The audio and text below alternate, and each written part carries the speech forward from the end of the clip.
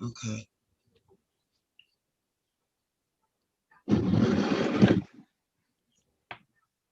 We live? Yes. Okay. Good morning, good afternoon, evening, late at night for some.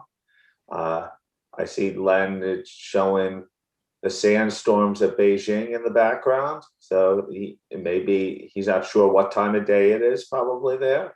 But it's great to have everyone here. And I also want to welcome all of our public observers to this meeting. Notice that the meeting has, as usual, been provided to the public, and the agenda papers are available on our website. And throughout the week, we will, of course, be posting any updates on our Twitter and LinkedIn site. So please follow that if you're a public observer. We will have a full complement of board members this week at these meetings, so that's great. And I wanted to welcome our official public observers, Jim Dowkin, the CAG chairman, Yosh Matsumoto, and our PIOB observer, Carl Van Hula. I wanted to give a special note on Carl, because this will be his last meeting observing as a PIOB member, but I know Carl is so interested in standard setting, he will spend many hours after his retirement from the PIOB following our meetings. But in seriousness, I wanted to thank Carl, someone I've known now and worked with in the standard setting world for now over 2 decades, for his enormous contribution to the cause of high quality global standards in many environments, whether it was IFRS or the world of insurance, and now audit and assurance standards. I think, Carl, your contributions have been enormous. And so I thank you for all you have done for the public interest, and also for all the advice and partnership we have had over the last 20 years together in the world of standards. So, Carl, it's great to see you today, and certainly you will be missed at this table, but we hope that you will remain in touch. So thank you, Carl. I wanted to welcome Des Maseko. I hope I got the pronunciation right, but he is assisting Imran on this board call as a TA, and it is her first IAASB meeting. So a little bit about this week. The first thing I have to say is, can you believe we are now on to year 2 of IAASB meetings that are done in the virtual environment? It was this time last year that we made an abrupt switch to this virtual world. We hope that this will end shortly. And I wanted to just take a note, because I know many of you have been touched by this pandemic and in ways, and have lost friends and loved ones. So I just want to offer my deepest sympathies to you for all your loss in this period, and for all the loss that this world has experienced over the last 12 months.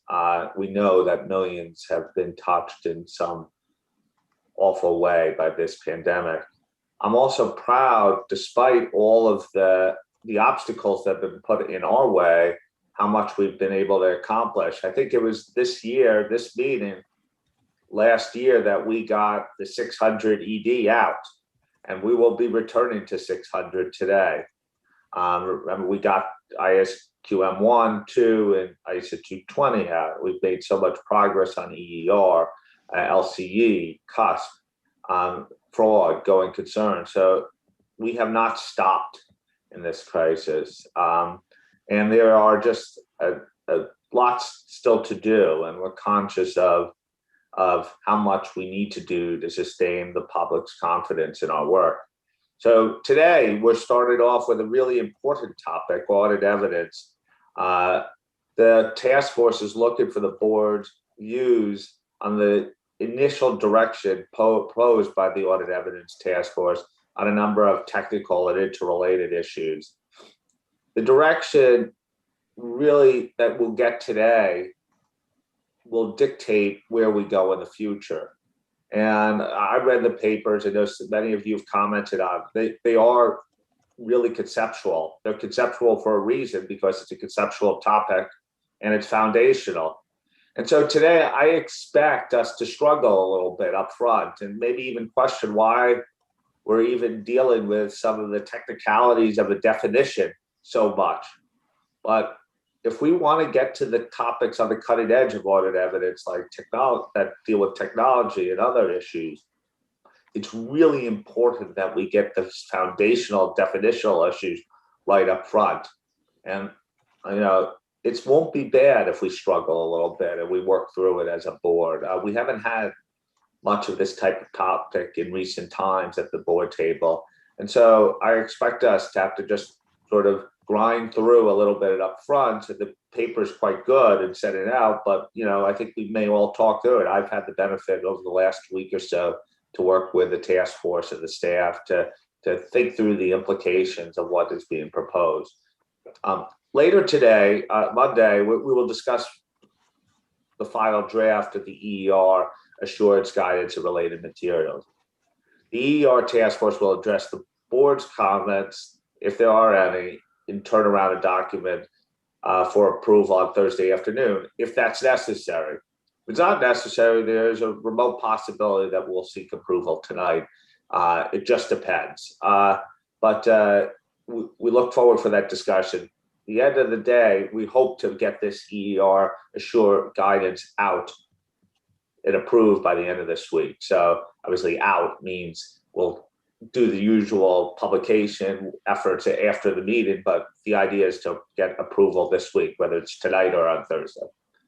On Tuesday and Wednesday, the board will have the opportunity to discuss and give their feedback on the full draft of the separate standards for audits of LCEs. It will be a focus walking through that draft, and the task force chair will, as normal, ask for comments. The whole goal is to drive towards approval of an ED in June, if possible. Group audits ISO 600 is the final agenda item for discussion by the board on Thursday and Friday. The task force has presented the analysis of respondents' comments on the ED related to materiality and documentation. We will be discussing the task force's recommendation related to matters including the scope and applicability of proposed ISO 600. That was discussed partially at the last session, and the task force is bringing back its responses to the discussion. We discussed the risk-based approach, communication with component auditors, materiality, and documentation. And you will have seen that we're seeking input on the proposed revised drafting of ISO 600. The materials were voluminous for this meeting, but we're really well prepared. And I just want to thank everyone, the task force, the working groups, the staff for the hard work and putting this all together. The goal over the next few days is to come up with solutions. Be focused on the substantive, strategic matters, less so on the editorial. If you have editorial comments, please provide them to the task force board. Of course, if there are close calls of whether it's a strategic issue or substantive input and editorial, I've obviously give the bias to sharing it. We don't want to lose comments in the process. But again, we're trying to focus on the substantive issues of the day. So I'll pause here for a second. Any comments on the agenda or goals for the week? Billy, would you like to share anything from your perspective? No, Tom, nothing from me at this stage. Thanks. Before we begin, I just wanted to highlight a few things for the public record and for observers. There's a revised detailed work plan for 2020-2021 on our website. It sets out a description of the changes that have been made to account for the ongoing impact of the pandemic on our work, our capacity to deliver, and the capacity of our stakeholders to absorb change. Of course, the crisis keeps on putting up, pandemic keeps on putting up new challenges, we will respond to those challenges and timelines depending upon how the crisis evolves. Also, we wanted to just remind people that the ED containing conforming amendments to the standards for reviews, assurance, and related services arising from the QM standards was published on February 22nd. Comments are requested by May 24, 2021. Last week, just to highlight that we met with a CAG and discussed a number of projects that are on this meeting's agenda and others. I don't know if, Jim, you want to come in and reflect on our meeting with the CAG last week. Thanks, Tom. Thanks, Tom. And I know that you mentioned how good the papers were this go around. I think that was one of the comments that we received from the CAG was I think everyone, I'm sure they've read them, but they're going to find that they're put together very well. I think we had a variety of comments, in particular on LCE and throughout the week on the areas we touched, including audit and evidence, which is coming up now. And I think that we were supportive of the direction. And with respect to EER, it's quite a large document, but the CAG reiterated the importance to the profession or to the community at large, really, in that particular area. So we had a very good meeting, and I will share my comments on the individual discussions as we go through the week. Thanks, Tom.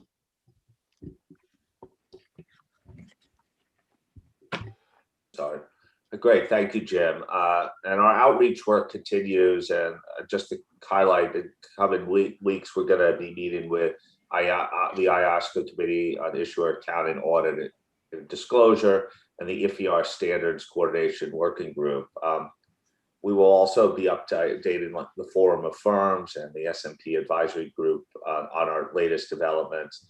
And as you know, we meet with the PIOB quarterly, and that will occur in April.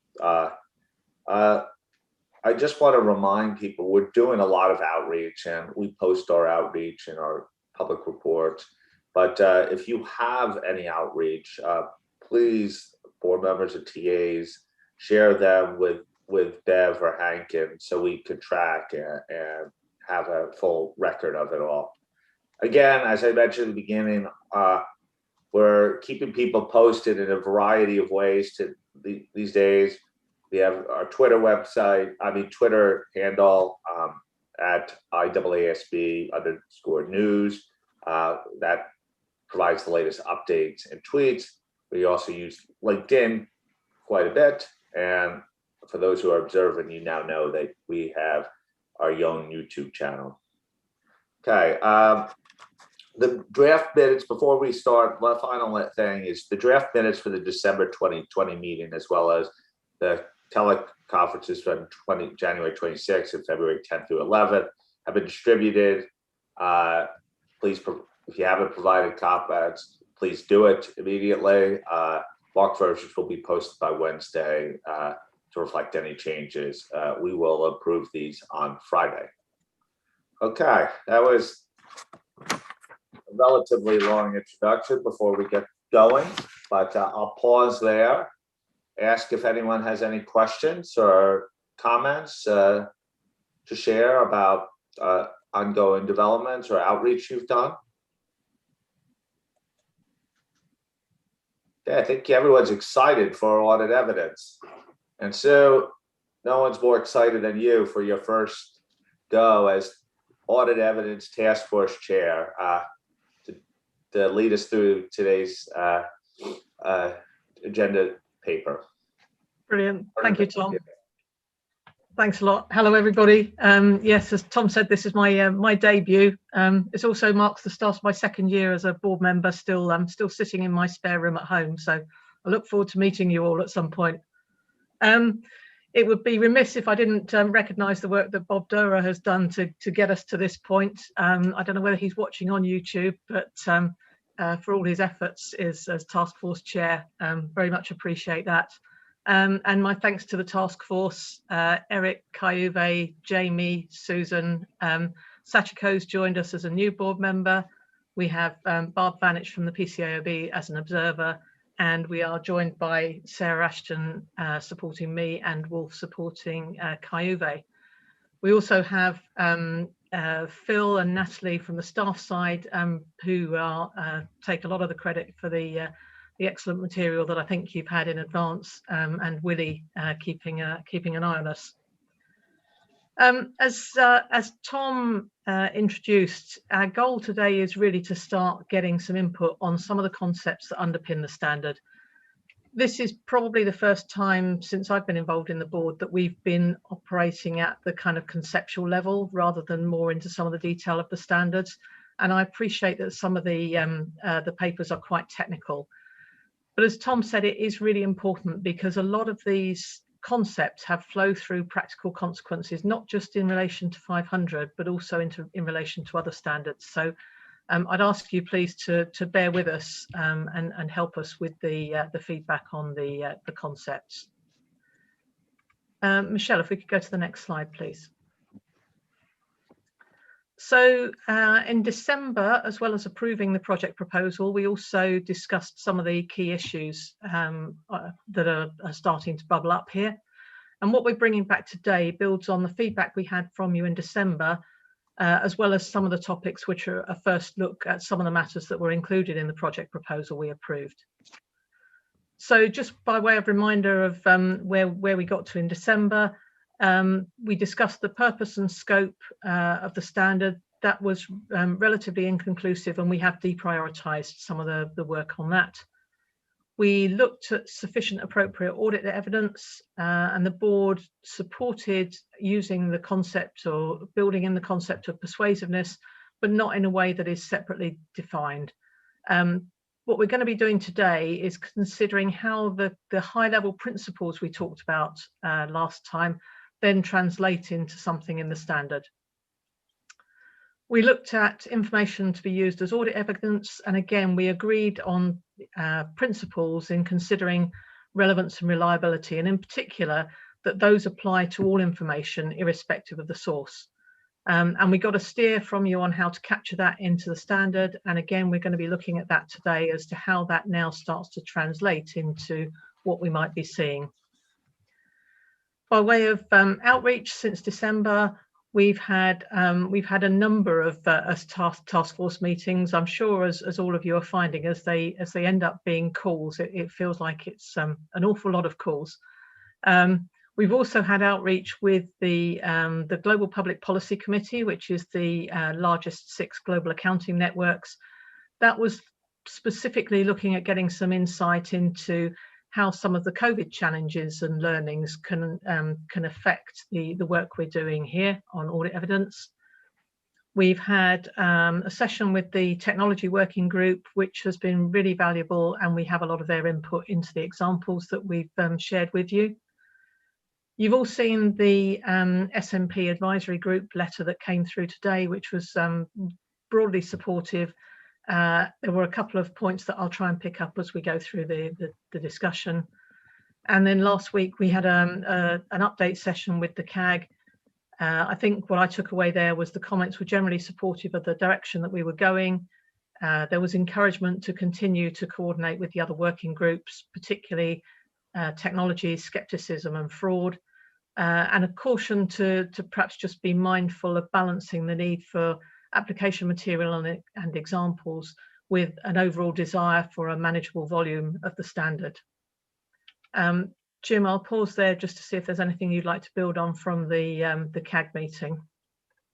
Thank you, Sue, and that's consistent with what I heard. And I know it's always a balancing act between application guidance, which can be helpful, and the sensitivity to volume. The one other comment that I have in my notes is that in the US there is the audit evidence version, if you will, that's out there, and there was a comment to always consider what the other standard setter has done. And I know that Bob Dorr was obviously chair of the task force, and you have members on your task force that represent that. But I think that would be something to consider also moving forward. Thanks, Sue. Thanks. Thank you, Jim. And as you say, Eric and Susan are both members of that, or were both members of that task force, and we do continue to be mindful of the work that's been done in that area. Next slide, please, Michelle. So our plan for today, we have 5 areas that we're looking for your input in, please. We're looking, as I said earlier, primarily at principles and concepts. We have provided some draft material because I think it helps to bring it to life. If anybody has any comments on any of the drafting, then please do feel free to share. We have had some suggestions offline, and that's really helpful as we go into this. I'm conscious we provided you with a number of papers. I'm going to be primarily working through agenda item 2. Agenda item 2A has some examples of the application material, which we may reference at some point.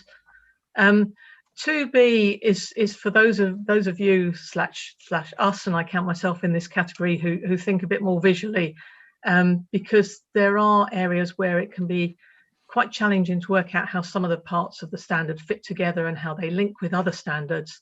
It is quite a conceptual standard. It's not necessarily an entirely complete standard either. So 2B might help you see some of the flows between other standards and other parts of the material. And then finally, 2C, we were very conscious that 500 has acquired a lot of changes from other standards that haven't actually been processed yet into the current manual. So 2C, although we won't be referencing it, is the current state of play as to what 500 actually looks like, which is quite different to what you might see in your current manual. Next slide, please, Michelle. So let's get going into some of the key areas, and we'll start with the definition of audit evidence and the meaning of audit procedures. This is all material that was outlined in the project plan that we need to look at, and I think we'll just take a couple of minutes at the start to think about why this is important. As Tom said, 500 is a framework standard. It needs to have a firm foundation.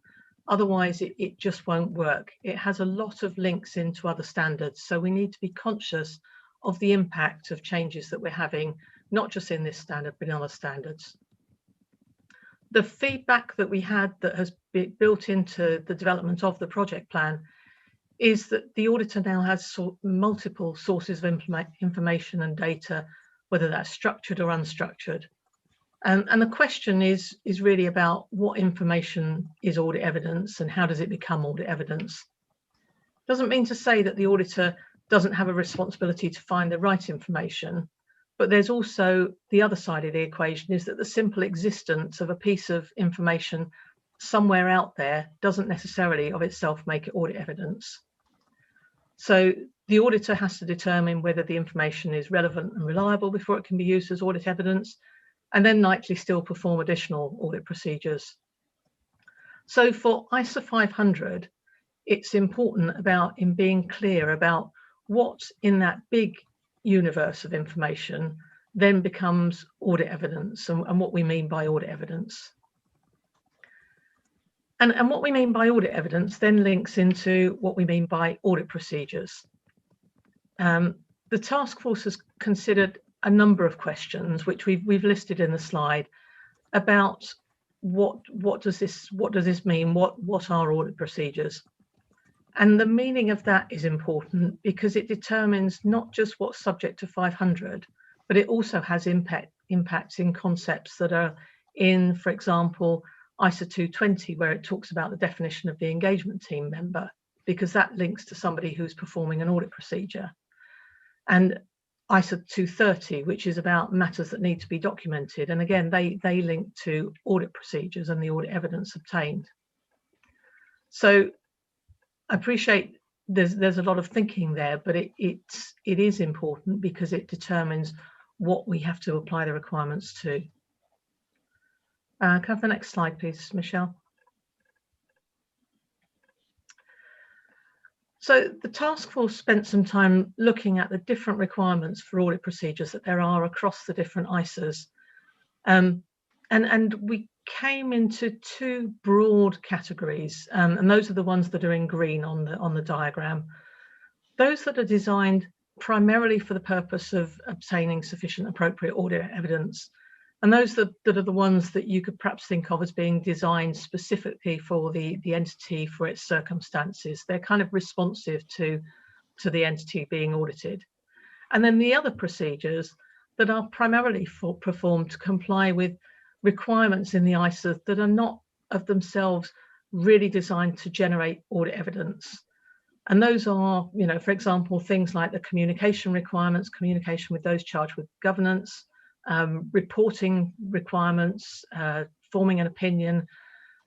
So it doesn't mean that those procedures provide absolutely no audit evidence, but the original purpose in what they're there for is more to provide, for example, a communication stream than to build the audit evidence piece. So those are the two high-level blocks, the two green blocks. Within the procedures that have been designed to obtain, or primarily designed to obtain sufficient appropriate evidence, we identified 4 different types that are set out in the different ISAs.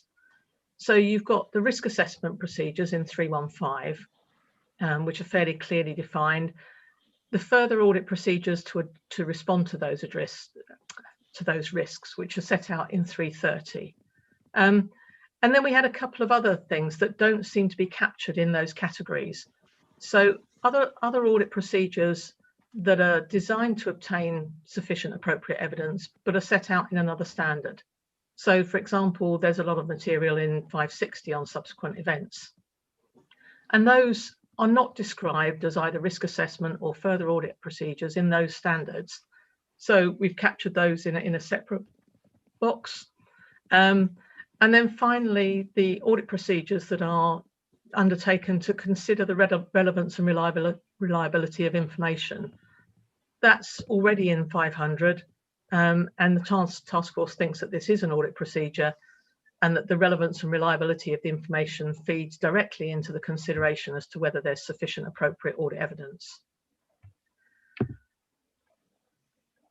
Again, the why is this important? It's about what does 500 apply to and the considerations that are in 500. What do we have to apply those to? And the task force proposal is that 500 applies to those procedures that are primarily designed and performed to obtain sufficient appropriate audit evidence. That means for those procedures, we need to be considering the relevance and reliability of information and considering whether they form the basis for the conclusion on sufficient appropriate audit evidence. So that's the first green box, and then those blue boxes underneath it.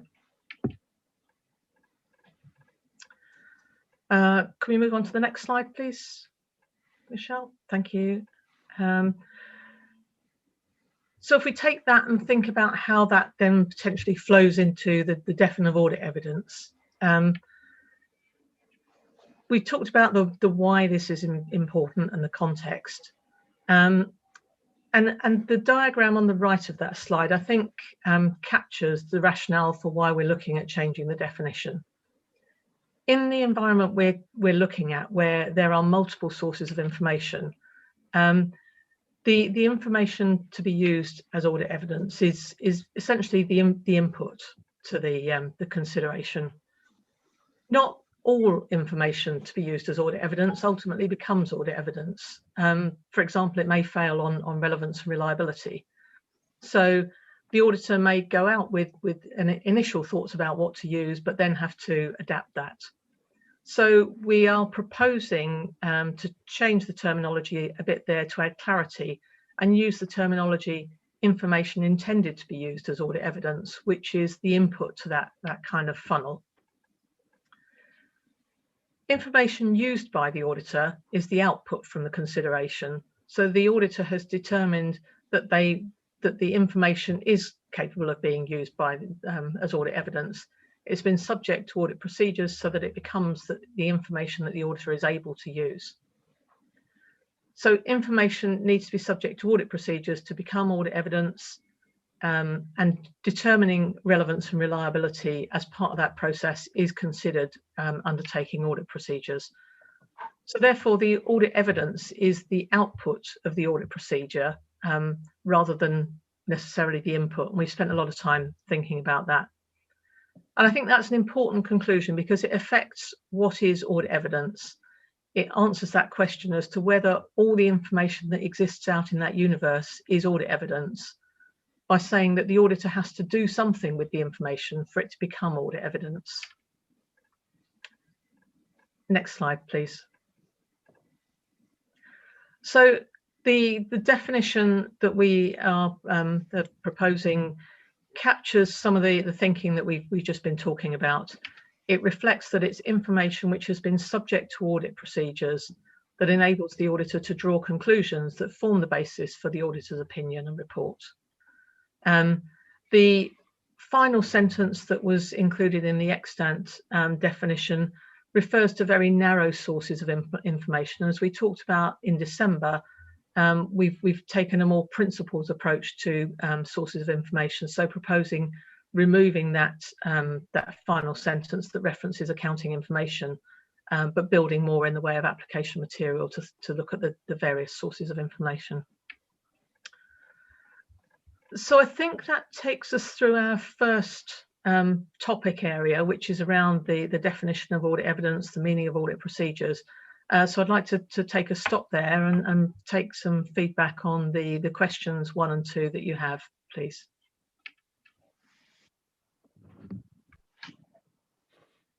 Okay, thank you, Sue, for that introduction.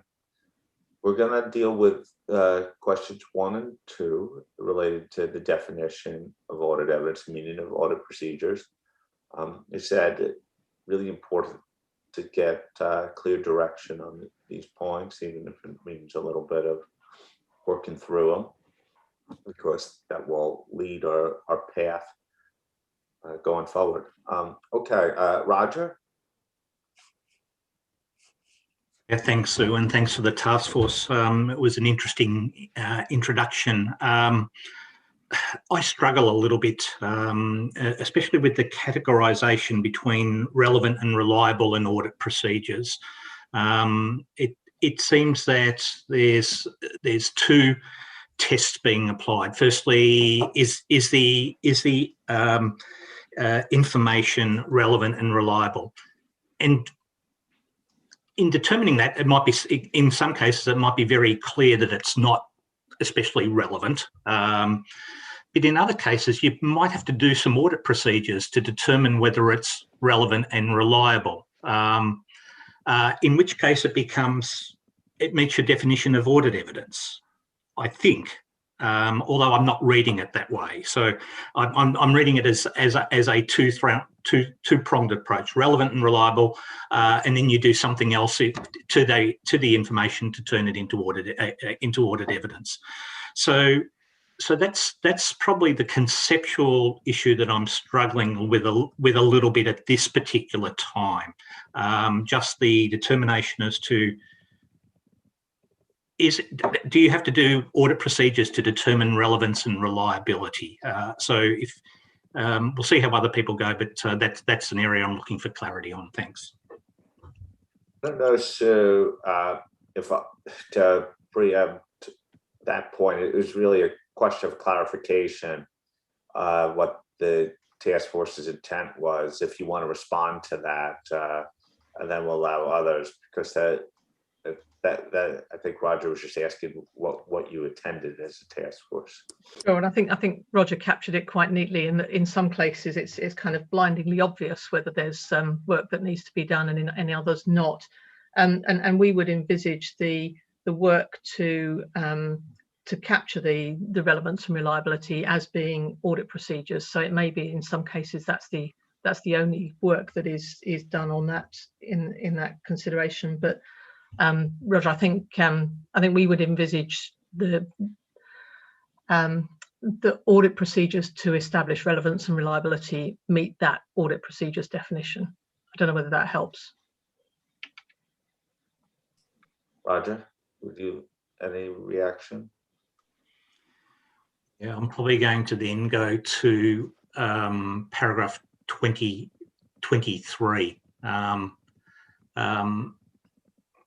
So information to be used as audited. So maybe it's just the wording of the paper.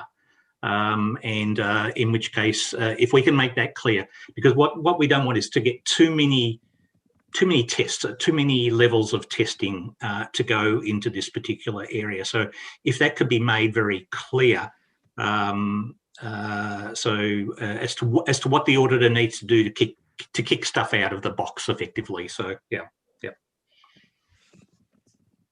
Okay, thank you.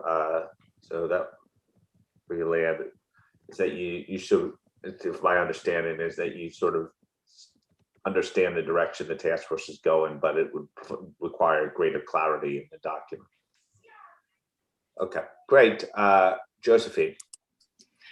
Hi, and good morning, everybody. And first of all, Sue, thanks to you and your task force, of course, for all the hard work that's gone into this. I can imagine lots and lots of discussions, and I really like the paper. I thought it was well thought through, and appreciate, as I say, all the work that's gone into that.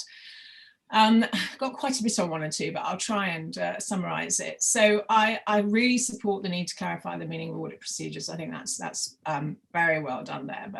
And whilst one might niggle about which categories certain procedures and items might fall into, I do like the lead in on paragraph 19 that states that audit procedures cover both those more obvious procedures that you had in your block that are required to obtain sufficient appropriate audit evidence. And then there are others, whilst not necessarily carried out to obtain sufficient appropriate audit evidence, so those 19 Bs, you can actually still get audit evidence from those. So whilst I appreciate signing an audit report is not going to get you sufficient appropriate audit evidence, there are some elements in there where I think you can. That said, I was slightly concerned or possibly confused by the implication of the statement in paragraph 20 that ISA 500 should only deal with audit procedures to obtain sufficient appropriate audit evidence and not those other ones. See, what I took from that is that the change to the audit evidence definition is then also only dealing with the, if you like, the output of those procedures designed to obtain sufficient appropriate audit evidence. So the 19B procedures are completely excluded.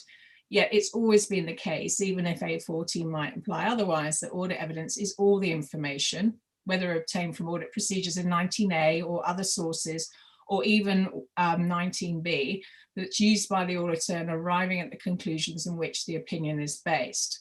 So information obtained by performing procedures under 19B will very well yield audit evidence. And a simple example is discussing the overall strategy and plan with those charged with governance. You know, as the AM states, this conversation might lead the audit committee to provide the auditor with information that will impact or may impact the risk assessment. They may actually change the auditor's mind on certain decisions they've already made. So my answers to a lot of the questions that follow depend heavily on what we mean then by audit procedures and the impact of the change to the definition of audit evidence. So in my view, if the intention is that audit procedures should only cover those in 19A, then I don't agree with the change to the definition of audit evidence. It wouldn't be in the public interest, in my view, to restrict audit evidence in this manner, and would of course undermine audit quality. In addition, and I'll cover this a bit in my response to 2, I think this is going to make things even more fuzzy than they are now. So in terms of the allocation of the procedures in 19B and the ISA requirements listed in 15, I think that's possibly too broad. And I think some of those requirements are intended for the purpose of obtaining audit evidence. I haven't checked through every single requirement, but typically for 50, given that the opinion is in the context of misstatements, any work performed under this standard, in my view, is relevant to, you know, the 19A, if you like. So I'd appreciate task force having a look at those more strictly. In terms of 19A, just a couple more things the task force could consider for 19A3 or even 19A more generally. Are those procedures required by 200? So where would it fall that where the auditor departs from a requirement and performs alternative procedures, and also other procedures the auditor performs to meet the objective of the standard? Maybe think about where they might fall. And then the other one that's tricky, which plays to detection risk and also the design of the risk assessment procedures and the substantive procedures, is the overall response to risk at the financial statement level. So whilst detection risk is captured in the paper, and I really appreciate that, thank you, it doesn't only affect that overall decision as to whether sufficient appropriate audit evidence has been obtained, but does play into 19.1 and 2. So I'm really not trying to overcomplicate the matter, but maybe clarity on how this fits together, I believe, would be helpful. So more generally, I can see why it's sensible to focus on those procedures to obtain sufficient appropriate audit evidence. But I do believe that ISA 500 is a good place to clarify the discussion about all the procedures the auditor performs, including those that, having said before, might yield audit evidence. And then we're also doing 2, so apologies. Yeah, as the task, if the task force intention is that they should only include those in 19A, then I wouldn't agree with the change to the definition. And then in terms of B, I don't mind the distinction between information intended to be used as audit evidence, but we do need to be clear that this is all information the auditor intends to be used as audit evidence and not just where we're in category 9A. So basically it's the same thoughts coming through it. It's that audit evidence definition that concerns me. And then finally, I don't mind deleting corroborative and contradictory in the definition. I agree with the task force reasons for that. I think it is too much of a guardrail, but it does still need to remain a feature of audit evidence in some form. So perhaps instead we could build an requirement that's similar to ISA 305 or ISA 540, where you design procedures without bias in this regard. And I think A5 should remain. So apologies, that was quite long, but it did cover quite a lot of area. Thank you. Thanks, Josephine. I'm going to pick up a few right now. Len? Yeah, thank you, Sue and the task force. Excellent paper, easy to follow, great work. Josephine said a lot of things I was going to say, so I'm going to focus on the additional piece. I think her reasoning echoes my comments on the audit procedure. So the way I look at it, if the task force decide to focus on audit procedure to obtain audit evidence, that's fine. But audit procedure is broader than that. Whether it's a work of this task force or elsewhere, or you deal with it here and have conforming amendments somewhere. I think that's very important to make that distinction. More broadly, I think the impact to ISA 220 and ISA 230. In ISA 220, the engagement definition referred to paragraph A10. I guess it's paragraph A14 now in agenda paper 2C. It refers to audit procedure obtaining audit evidence, but I think people can agree when you look at the engagement definition 220, it's actually broader than that, including other procedures, not just obtaining audit evidence. So the impact to ISA 220 clearly is there. So something for a task force to think about to at least try to address that. Also in ISA 230, paragraph 8A, I believe, the audit procedure is not just in the ISAs, but also regulatory framework, regulatory requirement as well. So it's not just the body of ISA, but also including regulatory requirement in paragraph 8A of ISA 230. So that scope seems to be broader. And on paragraph 19, I think Josephine gave you some good example, including ISA 450. But there's some procedure. It could be a combination of the categories identified in 19, or may not be addressed. For example, when you look at client acceptance and continuance procedure, that's not in ISA. That's more in ISQN 1, and some of those information might be part of the audit evidence considered. And also the more use of technology, for example, computer assisted audit tool for risk assessment, also for further audit procedure, that could be in A1 and A2, and it could be in both places. So when we look to define categories, we need to make sure that we not just look at ISA, but also consistent with what's in ISQN 1 as well. Also, the 230 scope of other regulatory requirement. That's another one. On the definition, I think agree with Josephine in terms of collaborative, contradictory, but if you do decide to stick to the current definitions that proposed, perhaps the differences, that concept of collaborative and contradictory could be further explained in the application material to the definition. Other than that, broadly support of what you landed in terms of input and output, and a great work. Thank you, Sue. Thank you. Julie? Thank you, Tom, and thank you, Sue. It was a paper I had to spend a lot of time thinking about, so it was a good challenge. I'm landing in the same spot, Sue, as where Josephine and Len are with respect to the definition of audit procedures.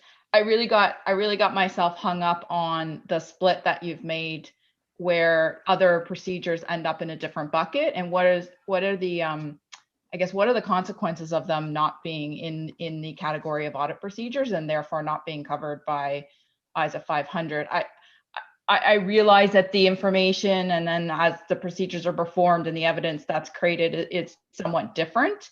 But I think that there could be unintended consequences of them not being in this category, as well as not considering the output of those procedures as evidence. So I really got hung up on that, and I think that that would be a struggle for me conceptually, to not think of the output as evidence. As well, I also wasn't sure if those procedures end up outside of the definition of audit procedures. Do you have to consider the relevance and reliability of information you're using in performing those procedures? And so I guess it's really back to the question of, do we really want to have those procedures sitting out there not covered by 500, and what are the consequences of that? Because I think that led me to a lot of other questions that probably I don't need to cover, but I think ultimately I need to think about how all the procedures come together in order to support the opinion.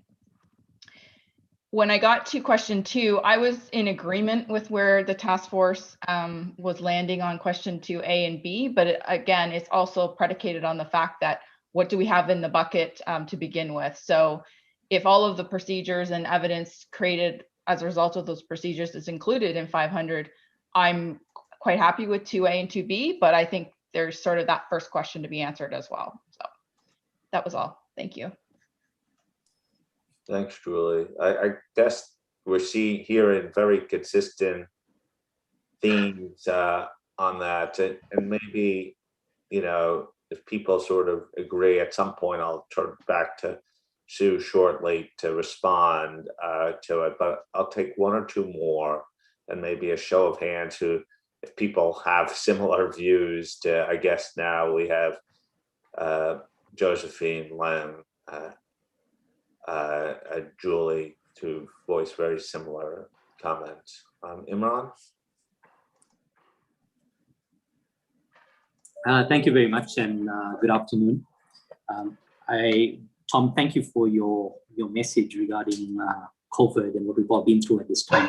Really appreciate that, and I guess I wish for everyone to stay safe, and we hope that we all achieve a level of immunity soon. I really want to add a word of congratulations to our staff on all of the papers for this week, as well as to our task forces who've worked really a great personal sacrifice to get the papers to us. Particularly the paper we're looking at today, the task force, and as well as the work of Natalie and Phil in preparing it. You know that we used to have a tradition when we met in New York, Tom, of celebrating national days. And I heard that today is the National Day of Napping or Sleeping.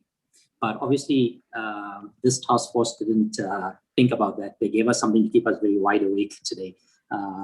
So I really appreciated all the work that was done. I particularly appreciated the clean ISA 500. I think this conversation would not have been possible without that. So really want to acknowledge that. I appreciate there must have been a lot of effort to get that ready and to be included in the pack. And it'll beg the question for another day of when all of the other standards are going to be available in the new handbook. As regards the paper, I must admit that the content was extremely challenging, particularly as the questions asked us not to comment on the drafting necessarily. And it was very hard then to imagine what the impact of the discussion will be without looking at the drafting. and without looking at what 2B or what 2A provided. So I'm going to try to not reflect too much on that, but still provide some feedback. So 3 impressions I got really from just the entire paper. And the first impression was that I felt that the task force is tackling this project as if the audit evidence standard feels broken. And I felt like we were changing foundational elements in a way that the project proposal didn't make the case for. Or maybe we were using a hammer instead of a bullet to try to sort certain things out. And so that's why we're hearing these comments today about thinking through the implications of what these massive changes are. So that forced me then to go back to the issues paper, to the project proposal, and particularly the 3 PI issues in the project proposal. And really those PI issues remain relevant as we think about all these things. The need to emphasize professional skepticism, how data analytics contributes to audit evidence, and the importance of source and quality of data. And I thought that maybe what we were doing kind of got us stuck in the detail that took us away from what those 3 public interest issues are that we are trying to address. That said, therefore, you'll appreciate my response to the comments, to the questions. My response then to question 1A is no, don't support that approach particularly.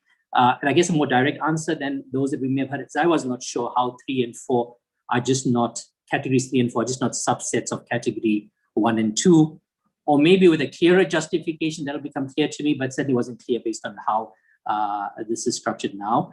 And also the comment in relation to paragraph 20 that others have posed, I join them in suggesting that I don't understand then how those procedures we could come to deal with them. In respect of 2A, I may have a slightly different view. I wasn't entirely clear what each person said on this point, but I thought that it was clear based on the argumentation that audit evidence is the output of the audit procedure. So yes, I share that view. In respect of 2B as well, also share that. Happy to answer yes there. What I didn't quite understand was what the implication of some of the deletions were in the audit evidence definition. And maybe I've heard others say that they look for application material to replace that. So really not totally comfortable there yet. And then lastly, and perhaps Sue at some point, I really would appreciate understanding what the implication of our further diversion from the AICPA revised positions are. Because the AICPA position is but a year old. It's 10 years newer than the last time we looked at the standard. I can appreciate that some spectators, although we made no promise about this, may have had an expectation that when we revise it, we're going to come up with something closer to the AICPA position. Yet the way I may be reading some of this is that we're moving quite a lot away from some of the positions the AICPA established, and also really rebutting some of the positions that they've established. And I appreciate what that implication is for global standard setting if the task force has given that any thought. Thank you, Tom. Thank you, Imran. Maybe I'll take one more, then pause to allow Sue to respond to what she's heard. Chunwei. Thank you, Tom, and good evening from Singapore. Thank you, Sue, task force, and staff. I'll keep my comments really super short because there's a lot of consistent theme with what we've heard so far. I must confess, I spent a lot of time on this paper. I read it multiple times to try to understand it. And I'm not sure I fully understand it yet. And I was ready to say, you know, let's let the project progress and then let's look at the next phase. But I have a lot of nagging suspicion that we will have unintended consequences. We're actually adding a lot of complexity to this without necessarily really addressing, I guess, the issues that led us to this project in the first place. So a little bit like Imran, I went back to read the project proposal and try to understand why are we making all these changes. And I'm not thoroughly convinced yet. So it's very consistent with what we have heard so far. So I'll just stop here and see, I guess, what Sue would like to say in response to those comments that have already been made. Yeah, thanks. Okay, I'm gonna pause here. That I still see 7 hands up. You're not being forgotten, but there's a lot that's been said and a number of consistent themes gone out. So I don't want to lose them, and maybe that will add to the next round of comments. And also, I guess the general theme. I heard something about the AICPA standard. Obviously, that's my impression is that's a significant input, but it hasn't been something yet that has been commented on by a global stakeholder base.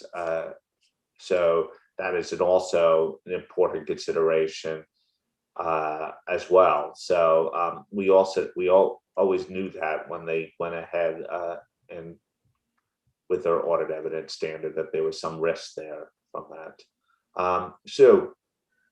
Yeah, thanks, Tom, and thank you everybody for the feedback so far. I think there's certainly a lot there for us to take away and reflect on. I think Tom, what I'm hearing is that theme around the distinction we've got in paragraph 19 in the papers and the implications on that. So I think that's probably something for us to take away and work through further. The work was primarily predicated on trying to understand where the different requirements were coming from in the standards. If that's not helpful, then certainly we can reflect on that.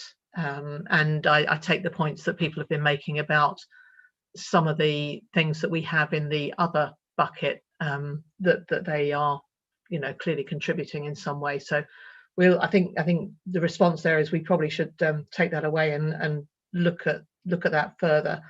I think I'd like to maybe respond to the comment Imran raised about, is the ISA broken? Because I think probably one of the things that it is right for us to do is to challenge ourselves as to whether that is the case, and perhaps by proposing some wider changes and wider thinking, that is at least making us take that step back and look at whether the massive changes that there have been in the sources of information do mean that the underlying standard needs more work than perhaps we think. And I think what I'm hearing at the moment is possibly not. So that's encouraging. But I think it is important for us in that public interest piece to make that challenge. There's been the reference to the AICPA standard. We have looked very challengingly at what's in there. There is an awful lot of material. We haven't necessarily presented everything at this meeting, but we have certainly looked at a lot of the material that's there and benefited from that. So I think you'll probably see more.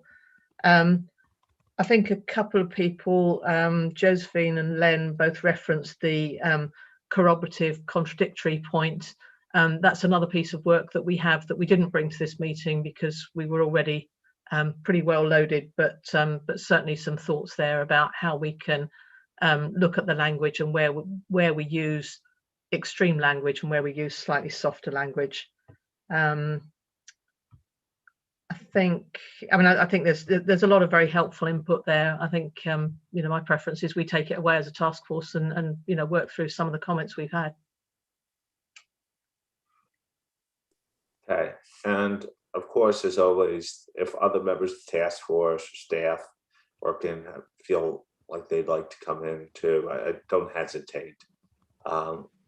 If not, there's no other comments right now. I'll go back to our list of hands raised. Yosh. Good afternoon from Japan. Thank you, Chair Tom. And I appreciate the task force and congratulations to the Sue for these intensive efforts in preparing this issues paper. The task force is considering how to respond to the various types of information to be used as audit evidence and their sources. The issues related to audit evidence are also associated with other projects. So we would like the task force to take sufficient care in coordination with other projects.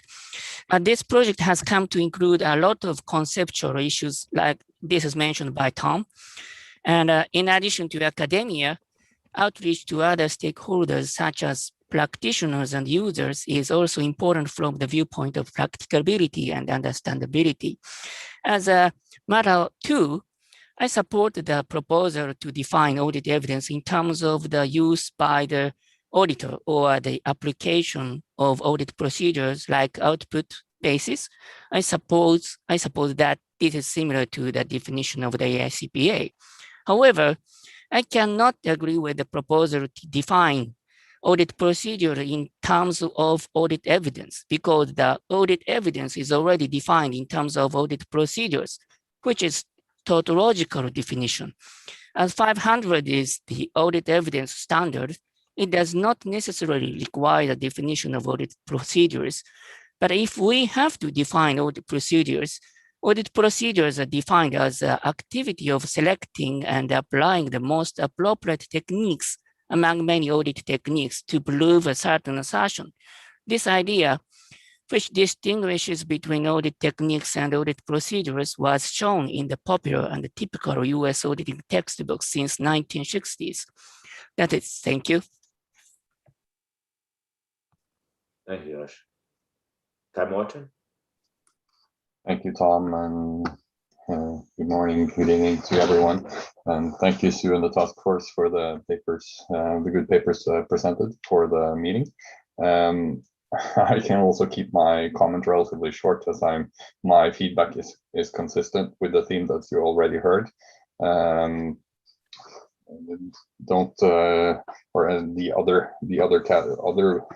other bucket is confusing to me, and I think it also will be confusing to the practitioners to see what kind of changes that actually will drive.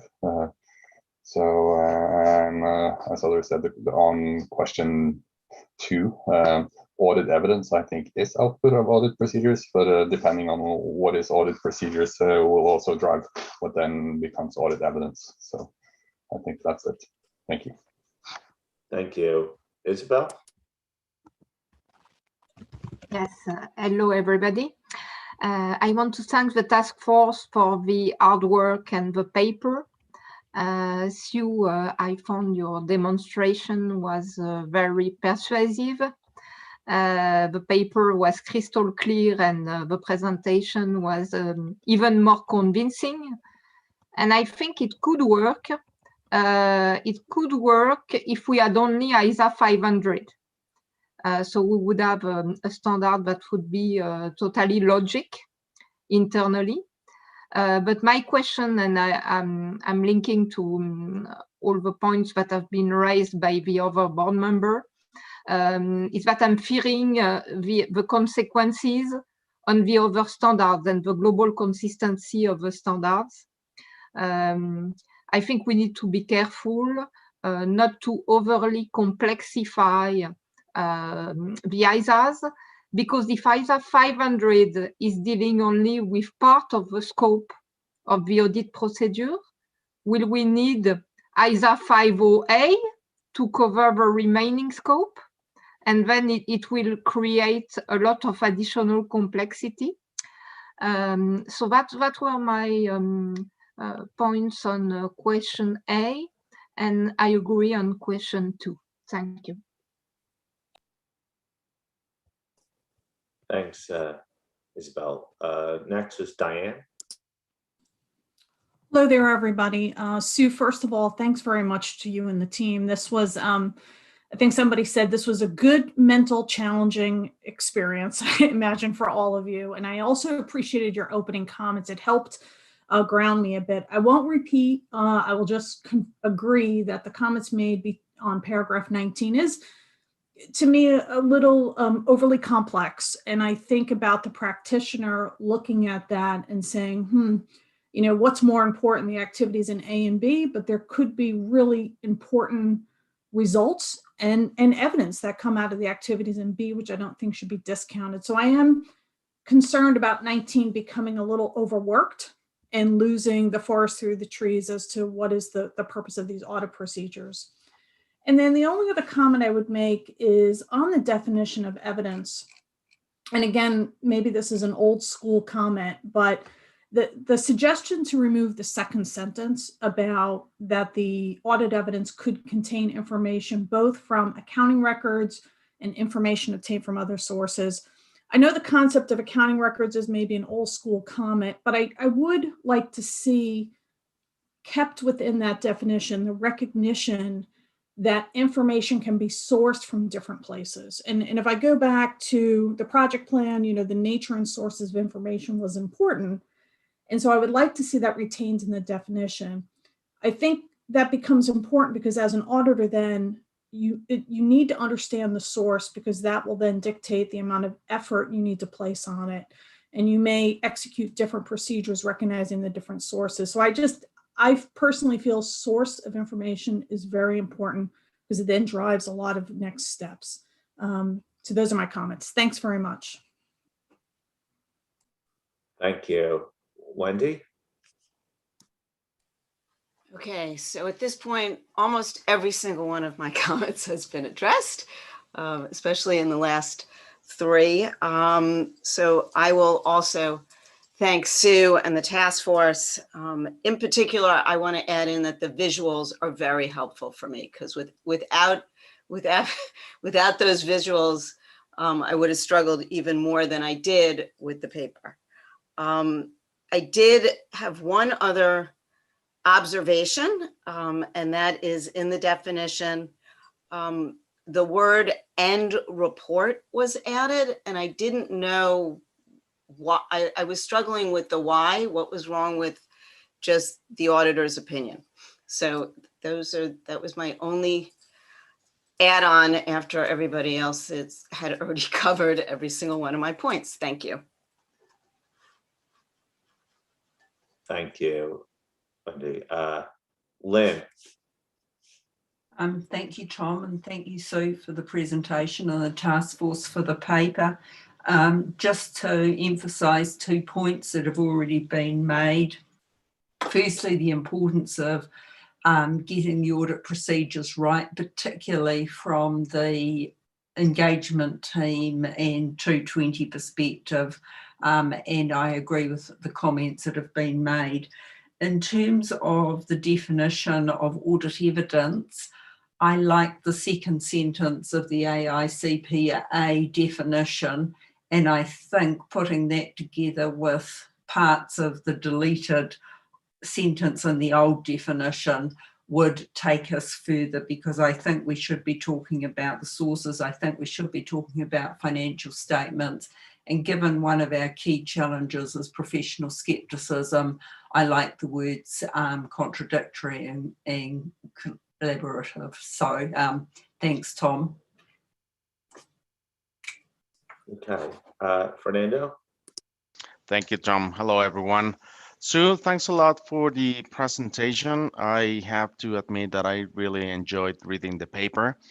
I see the changes proposed as really constructive in terms of having a better understanding in terms of the standard.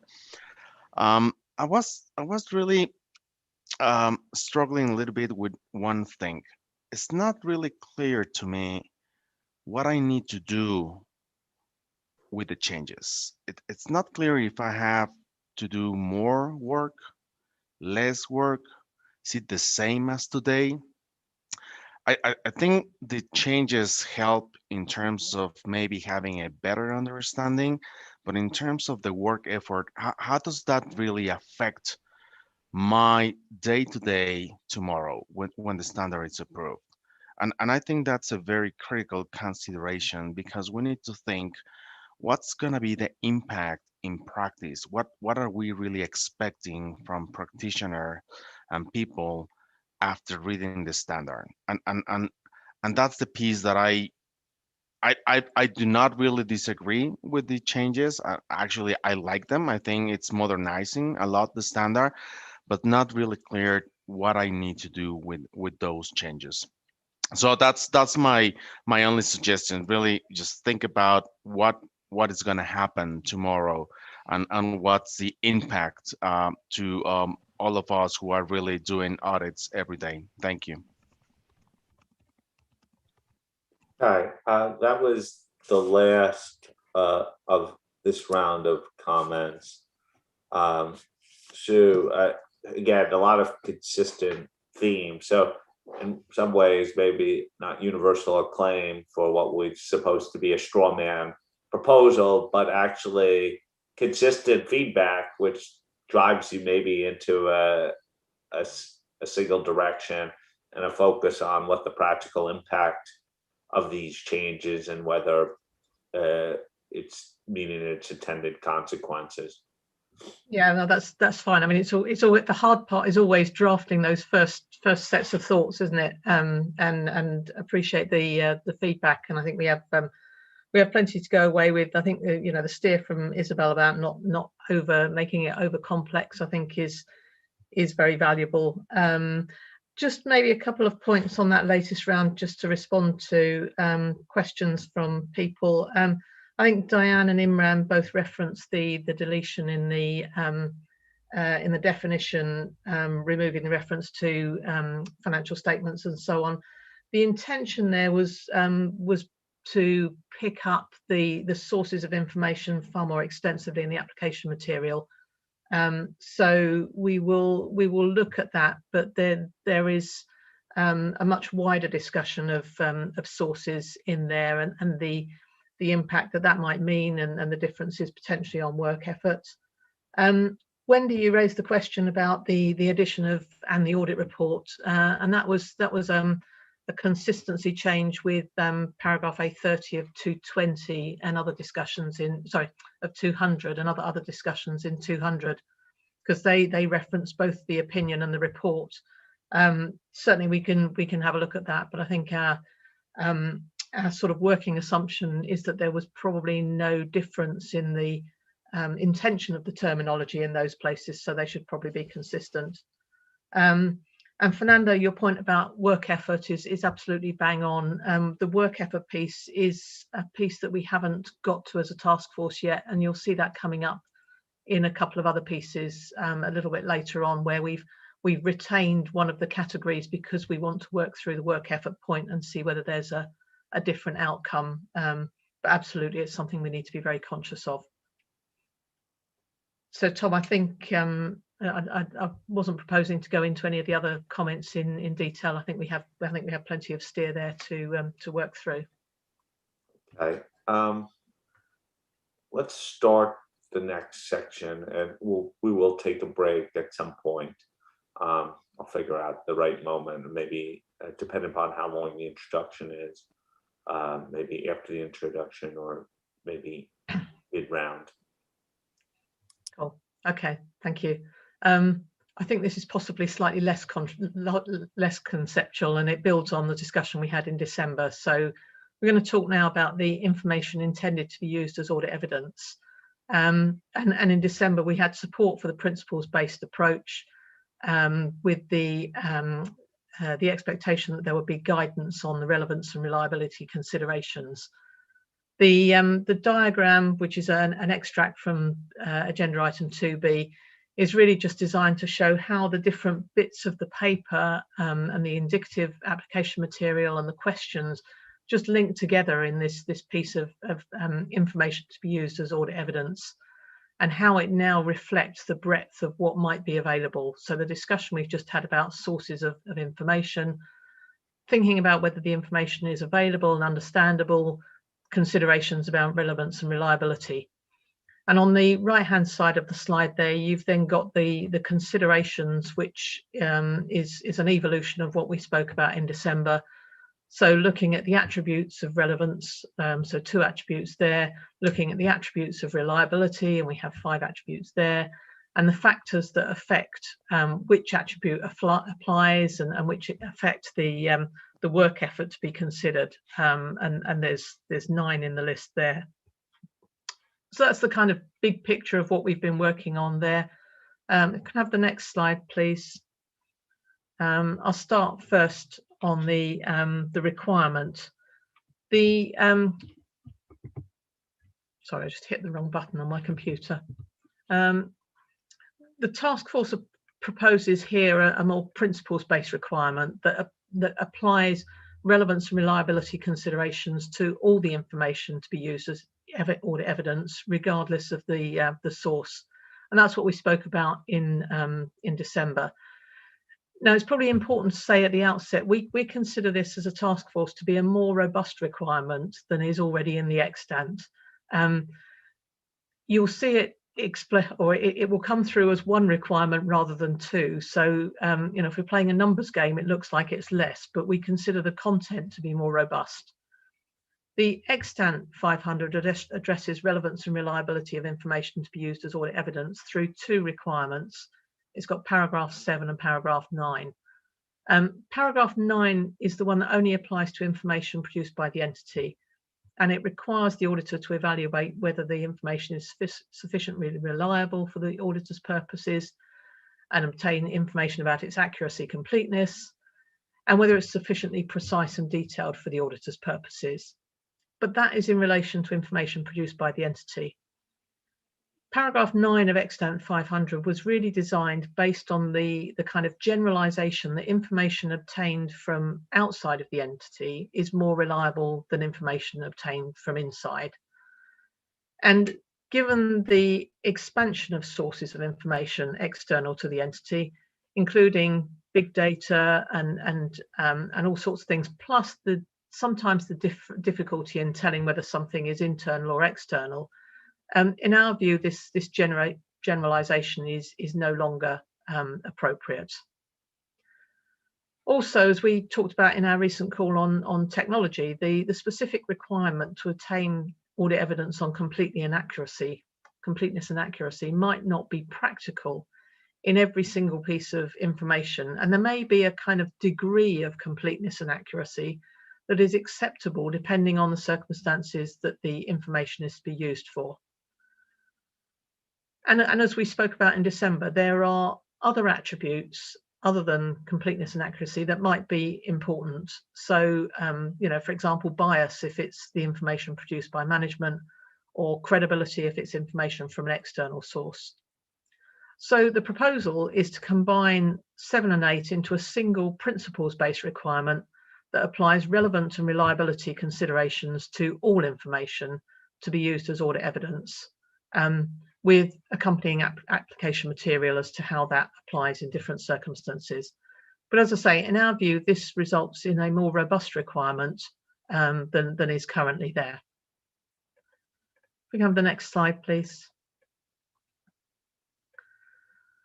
So if we look here at the sources of information and the application material that's being proposed, we propose the new requirement to apply to all sources of information, and the little table in the slide is the different sources of information that the requirement would apply to.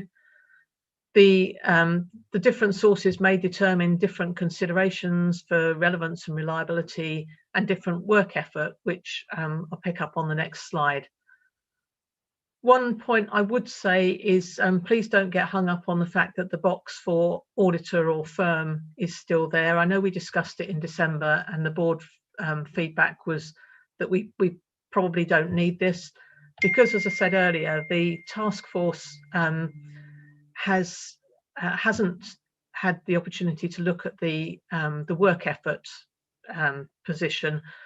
We've not removed it yet because we want to be able to do the work to make sure that there isn't a difference in work effort between that and other boxes. So please don't feel you need to comment on that. It's there as a kind of holding box rather than anything else. The important thing is that different sources of information may end up with different work effort and different considerations.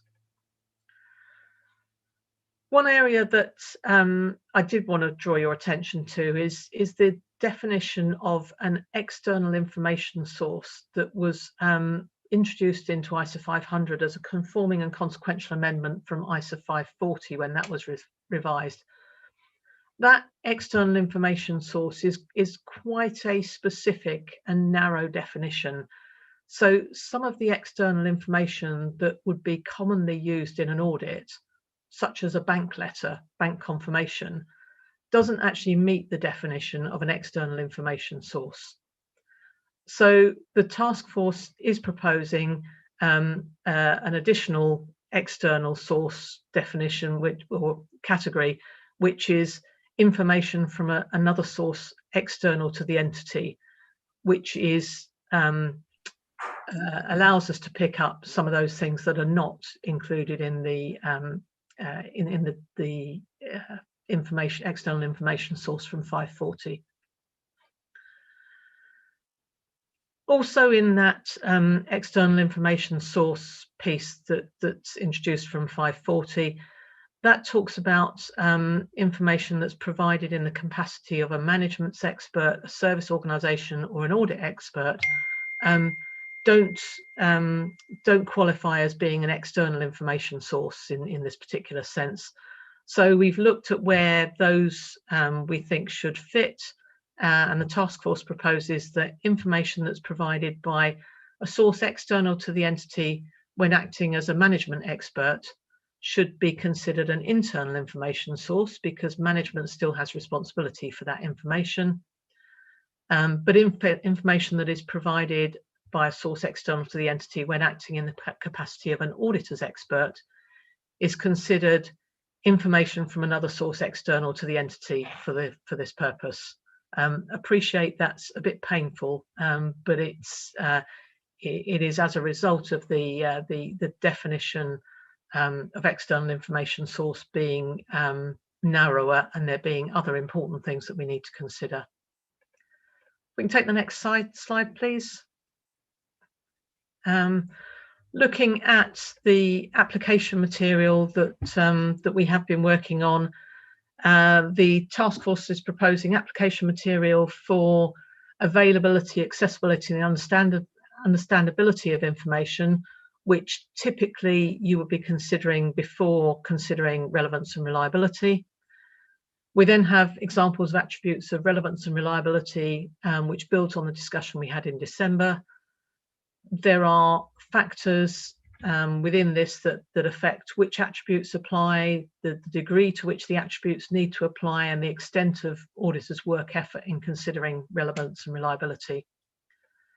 I think in this area, we've very much tried to build on the feedback we had from you in December. We've cut back on the attributes and simplified those, and we've made them more as examples to try and avoid the impression of this being a checklist, or that all of these considerations need to be considered in each position. So looking at the factors that drive the work effort, this was very much in response to the board feedback that not all information needs to be subject to the same rigor, and that certain factors will be more relevant in certain cases. So we're really trying to drive that scalability point about the work effort really depends on a number of factors, and it's working out what the key factors are there to drive that work effort. We take the next slide, please.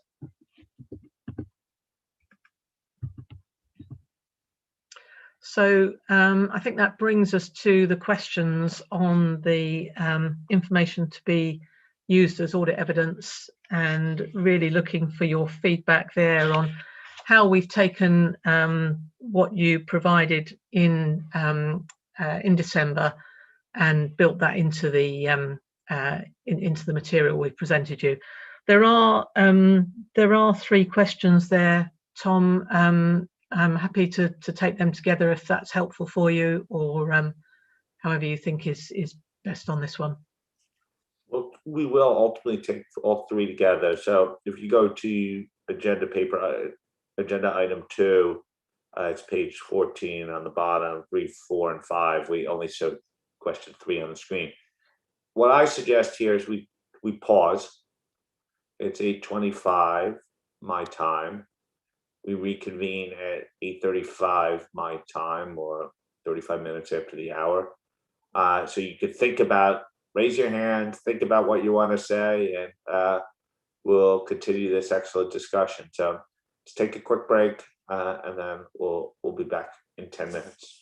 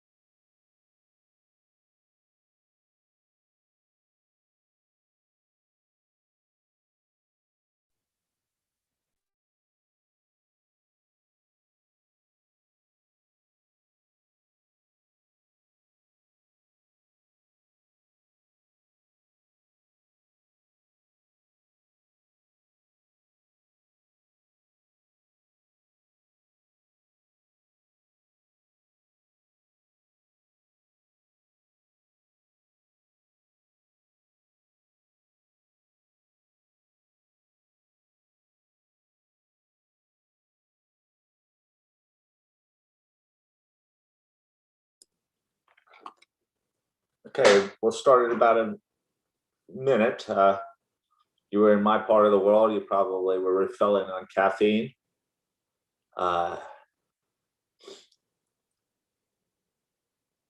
We have 8 hands up, so expect another robust round of comment. Okay, if everyone gets their cameras on.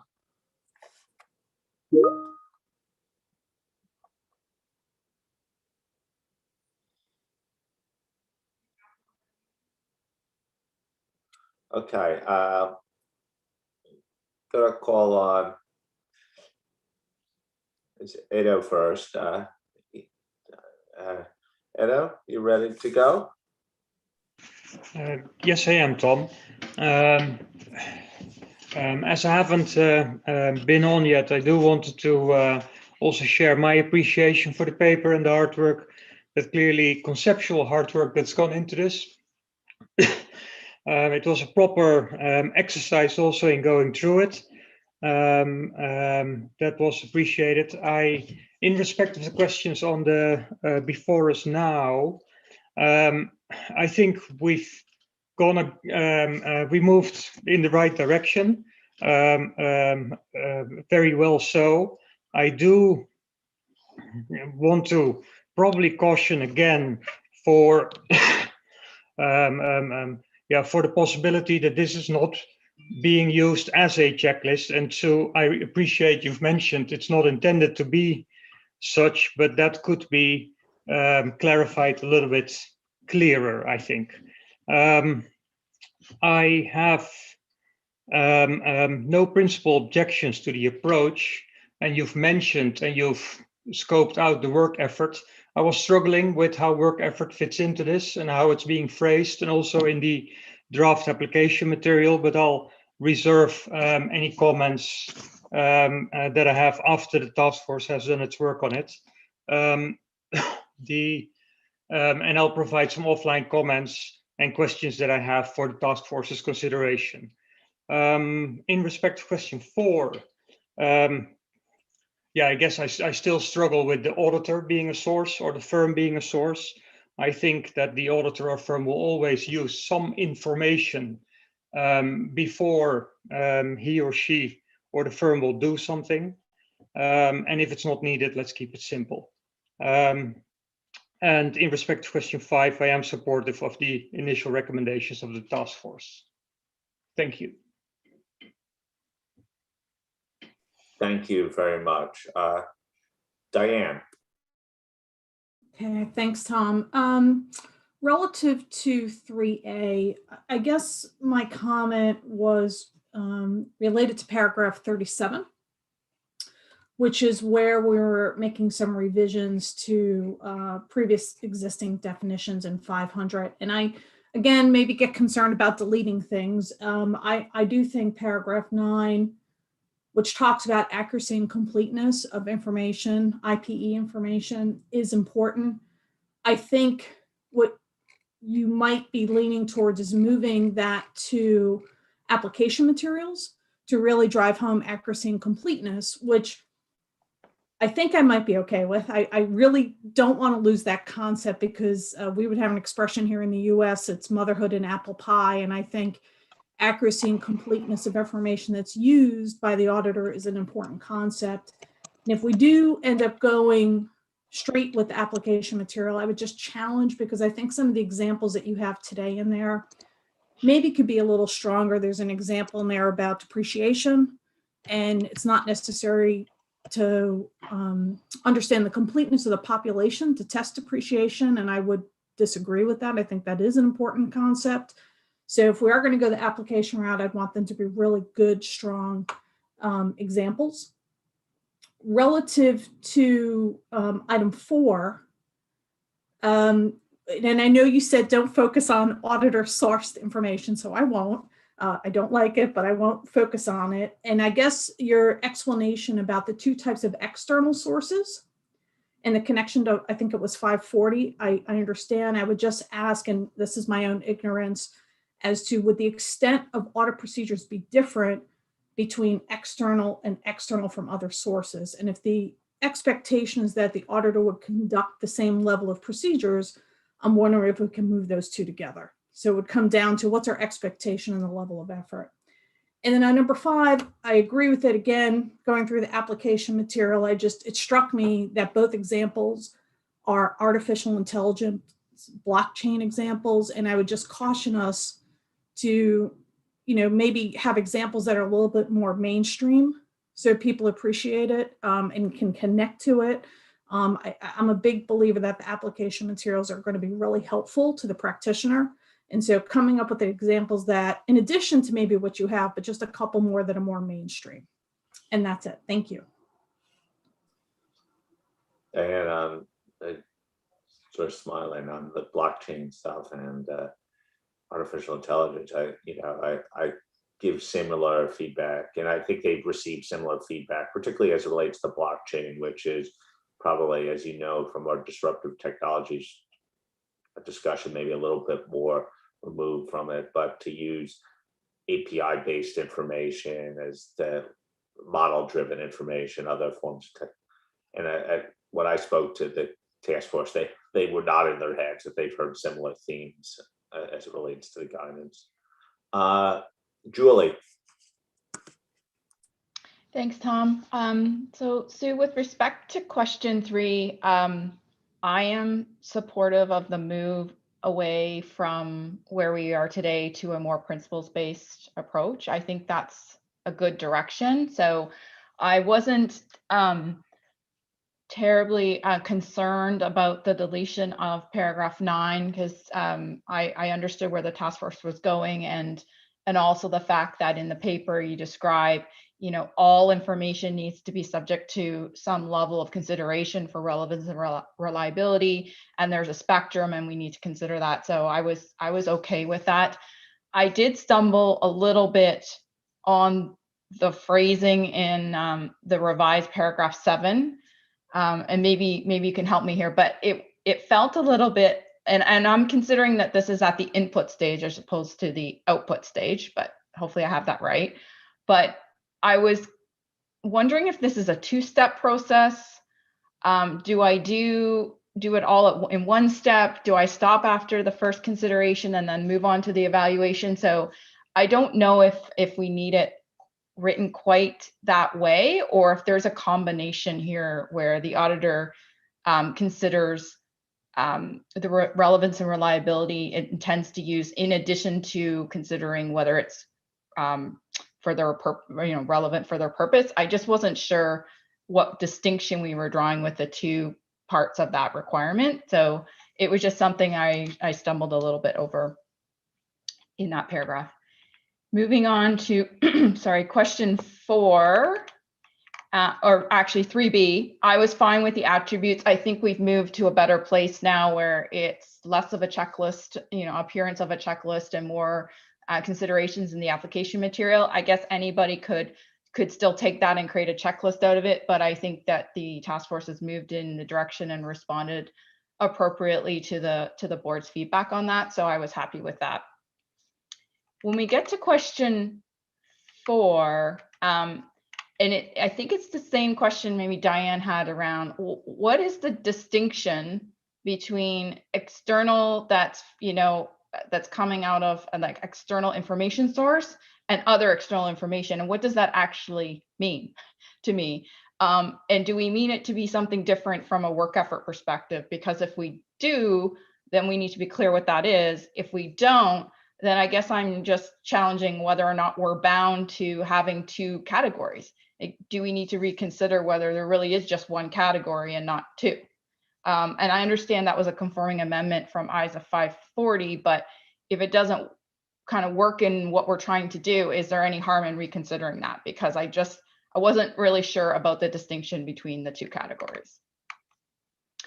And then in number 5, not opposed to application material to discuss availability, accessibility, and understandability, but I wonder if it's necessary to really bring that out to the forefront to the extent maybe it would be. I think there are cases where if it's not available or accessible or understandable, you're just not going to do anything with it. So I guess I just wouldn't create a lot of information on that point. I do think the point made in the paper about whether or not the auditor needs to accept less than ideal information that in an audit is important, but I just don't know if we need to have as much around, you know, when things just aren't available or accessible to the auditor. So that was just some feedback on question 5. That's it. Thank you. Great. Josephine. Thank you. Sue, generally welcome the work in this area and the considerations around the attributes, and certainly lots of support for the proposed changes to 7. Although similar to perhaps Julie's thought there, well, maybe Julie didn't find it confusing, but we found it a little bit confusing and suggested that it actually could be simplified, when essentially all you're saying is that the auditor shall evaluate the relevance and reliability of information. So some simplification there. Did talk a lot about paragraph 9, recognising we're now in the context of all information sources. And whilst there was some recognition of the points the task force put forward as to why this should be deleted, on balance, there was concern about the unintended consequences of this. Our favourite phrases are slippery slope and unintended consequences. Now, the reasons for that is that in our more recent inspection findings in the UK, there are still a number of occurrences of insufficient evidence over relevance and reliability of information in respect of completeness and accuracy in particular. So it's still an issue that's coming through. And so in our view, retaining paragraph 9, obviously it would have to be rebadged, but that doesn't mean that the other attributes of quality, such as bias or credibility, don't need to be taken into account, because it's all within the context of the circumstances of the engagement. And there may well be other attributes which we haven't thought of, or the task force haven't considered, but nonetheless are applied perhaps through audit firm methodology. And it was noted to me from a technological perspective, completeness and accuracy are considered even more important. You know, if the task force want audit teams to consider all the attributes, then the requirement could be written in a manner that is sufficiently conditional on the nature and circumstances, as I said as well. But they did offer some suggestions as alternative ways to approach this, and I can certainly send those along. The other piece I wanted to comment on is the actual interaction between the examination of completeness and accuracy for the purpose of determining relevance and reliability, and an audit test in respect to the completeness and accuracy assertions. And it was requested that perhaps we could elaborate in the standard on some examples where they might be able to be used to achieve the same aim, but in other situations you would have to do other procedures, and what situations that would be. In respect of B, maybe this feels or feeds more into the question on technology, but it was suggested that the auditor's considerations of the attributes may be potentially biased if the information has been generated using technology. Now, whilst we discussed this and covered some of this in ISO 220 and ISQM 1 in terms of explainability, and of course unconscious bias, there was a thought that perhaps more is needed on how the auditor bias might impact the nature and extent of work to confirm relevance and reliability when information has been generated using technology. On 4, generally okay with the sources of information. Recognise the pain with the narrowness of the external information source definition. I know that we essentially have only just pinned that down, but I would agree with others before me that perhaps we need to rethink that if the work effort is generally thought to be the same, which perhaps not, but even so. And then I was actually pleased to see the articulation on accessibility and availability, but I do agree with Julie's point that where it's obvious, it's not accessible, it's not available, and not understandable, then of course it fails the test. So because that's obvious, we don't really need to say that in the standard. But the point that I wanted to see come through is that occasionally, then even though there is a cost of practicality measure associated with obtaining information, particularly when evidence otherwise available is not sufficient or appropriate, then there is a benefit to that cost potentially. So it's thinking through not just, you know, stopping there because it just can't get it. It's thinking about what else can we do, and is that cost worth it to get that additional evidence we need, and sign off on that opinion as an audit firm. And that was, I believe that was this, I'm just checking. Yeah, thank you. That was it in terms of those points. Thanks, Sue. Thank you. Chun-Wei? Thank you, Tom. So on question 3, excuse me, I agree with the principle-based approach. So just keeping the requirement really short and then bringing the guidance to the application material. I agree with this approach. I think like others, I actually suggest that we collapse the 2 sentences into one. Based on my reading, I think that makes sense. And I'll send through the suggested wording over, which I'm sure many others will send through as well. So that's 3. And then in terms of the application material, I find them helpful as well.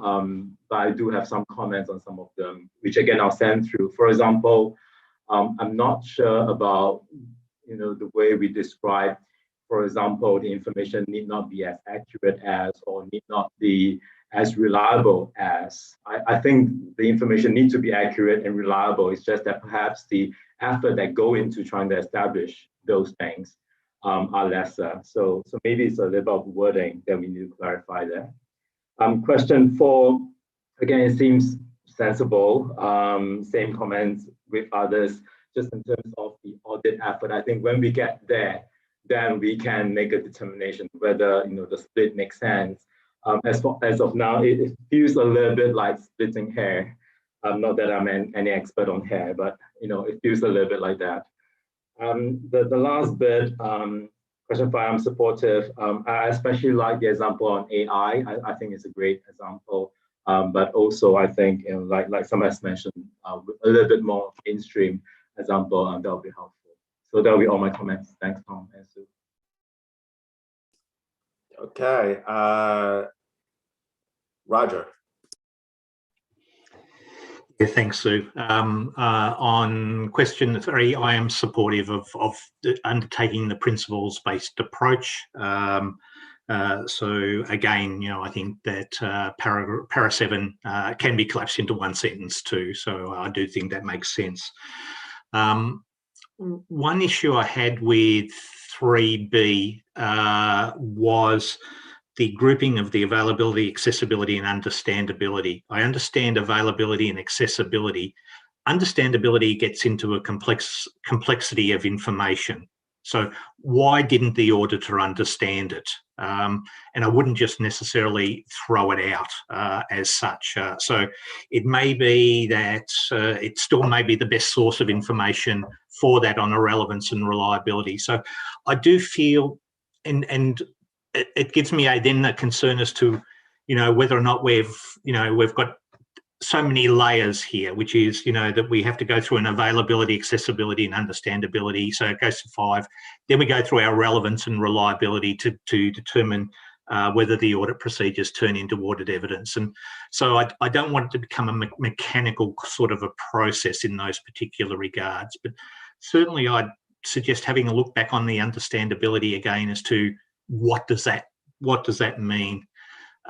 Look, I have the same problems with 4. You're going to consider that at a later stage. And on 5, partly picked up already my major concerns there. And certainly I didn't mind some of the application material, except there was a heck of a lot of it. So yeah, thank you. Thank you. Kai Morton. Thank you. Similar to others, I like the direction where you're going on 3 with the principles-based approach.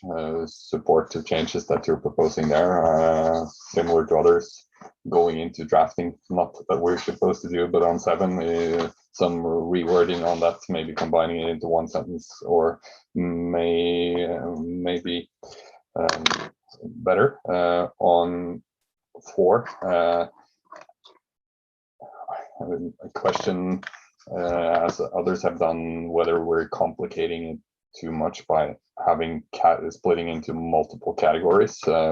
May though be answered by the work effort that it should drive, but it seems like we're creating categories that may not be necessary. And on 5, given that we're going in the principles-based direction, I support what you're doing, but on the examples, as others have also said, there are quite a lot of them. And by going into very detailed examples on different technological developments, it may end up that they get dated. So caution against going into really detailed examples. I think that's it. Thank you. Thank you, Kai. Imran? Thank you.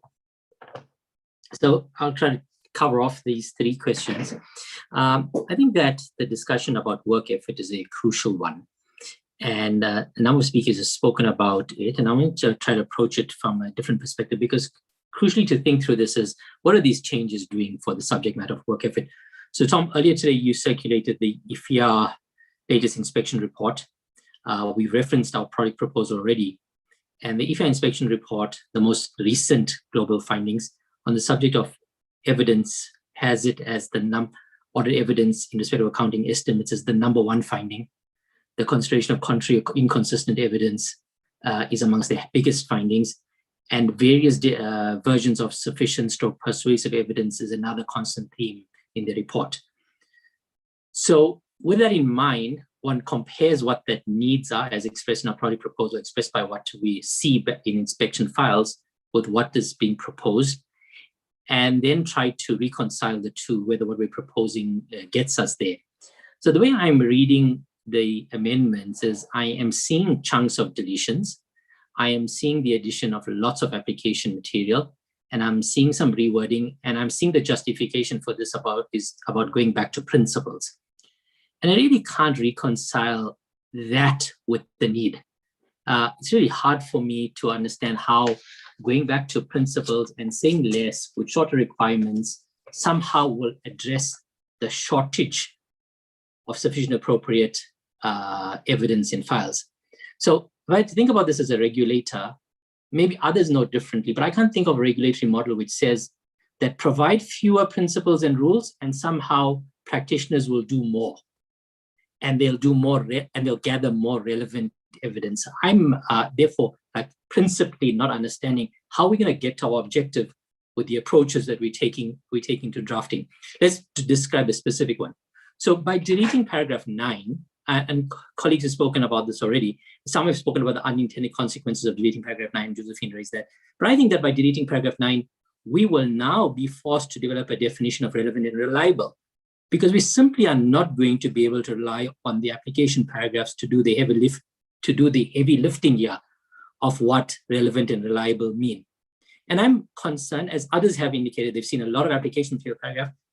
Is the presence of application material not there in order to make up for the shortage in requirements, or to make up in the shortage of improvements in the requirements? So we need more application to try to explain what this is. And when one considers how our standards are used around the world and how application material doesn't even make it into law in some places in the world, really this general direction is problematic. And I come back to why, because work effort is crucial. As we change this, our expectation has got to be that all of those qualities of evidence become apparent in the file. So, one solution to this is we would have to find a way to synthesize what is in many paragraphs of application material to bring it as a framework into the standards if we really want to keep this approach going. So that's my comments across all of this. Therefore, not much point in me, therefore, delving deeper into the individual issues around 3, 4, 5, worried about the general direction of where this is taking us in relation to what the need of the hour is around evidence. Thank you. Thank you, Imran. We have 4 more hands up. Lynn, Isabel, Yoshin, and Carol. So we'll go to Lynn. Thank you, Tom. I agree with others about paragraph 7 that the wording can be simplified. I'd like to see around that there's a lot of professional judgment that goes into determining whether information is relevant and reliable, and making that clear and providing some guidance on that, I think, is important. In terms of 3B, in fact, the whole of 3B, the whole of 3. Principle is really good, but so is being very clear with the requirements, and that it is very clear to practitioners what work effort they need to do to achieve those requirements. And my assessment is it's not there yet. I struggle at present to see the work effort, and I think that is going to be vital as this standard progresses. In terms of sources of information, first 3 I support for question mark, and I've got nothing to add on question 5. Thank you, Lynn. Isabel. Yes, I will comment on question 4 and 5. On question 4, I still struggle a lot with category D, because I cannot see how the auditor or the firm could produce something without using any information, whether internal or external to the entity. So for me, it's not a category per se. Then we tried to put in the boxes A, B, C some of the information we often obtain. And it was not always easy to determine what would fall in each of the category.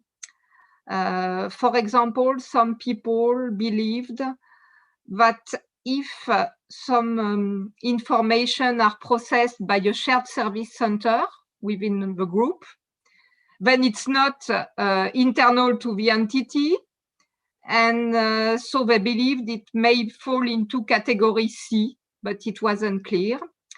And we also discussed a lot on where we would put an IAASB 3402 report, if it would be in category B or category C. Maybe it could be in category B if it's a one-to-many, and in category C if it's a one-to-one. But still trying to work with that, we realized that the borders of the categories are not very clear. And what we would prefer is to have A, B, and C being over, than trying to give a definition of what is in C, because we realize that some information may not fall in any of the categories. And regarding question 5, I think we reached the last stage of conceptual development, because we propose to clarify that we have nothing to do on something that does not exist. So I'm not sure it's helping a lot. Thank you. Thank you, Isabel. Josh? Thank you, Chair. And question 3, I have just one supporting the principle-based approach. And question 4, about the distinction of information sources in agenda paragraph 44 to 47, the difference between internal and external sources of information is essential as a perspective to evaluate the competence of audit evidence. Especially, information sources will be used in evaluating reliability. So I am supporting Sue's reconciling external sources. I supporting this. And however, the mission of 500 is to specify what and how influences the evaluation of sufficiency and appropriateness of audit evidence. The discussion of types of audit evidence has been well conducted in relation to the nature of audit evidence in the United States audit textbooks since 1960s.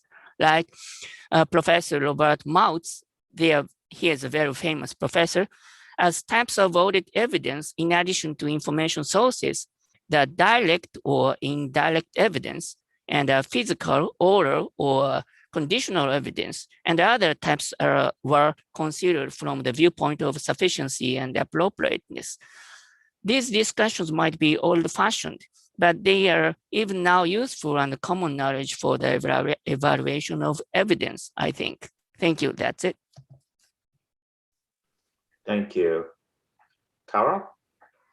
Yes, thank you very much, Tom. And as is the first time that I speak today, thank you very much for your kind comments about my observations in the past.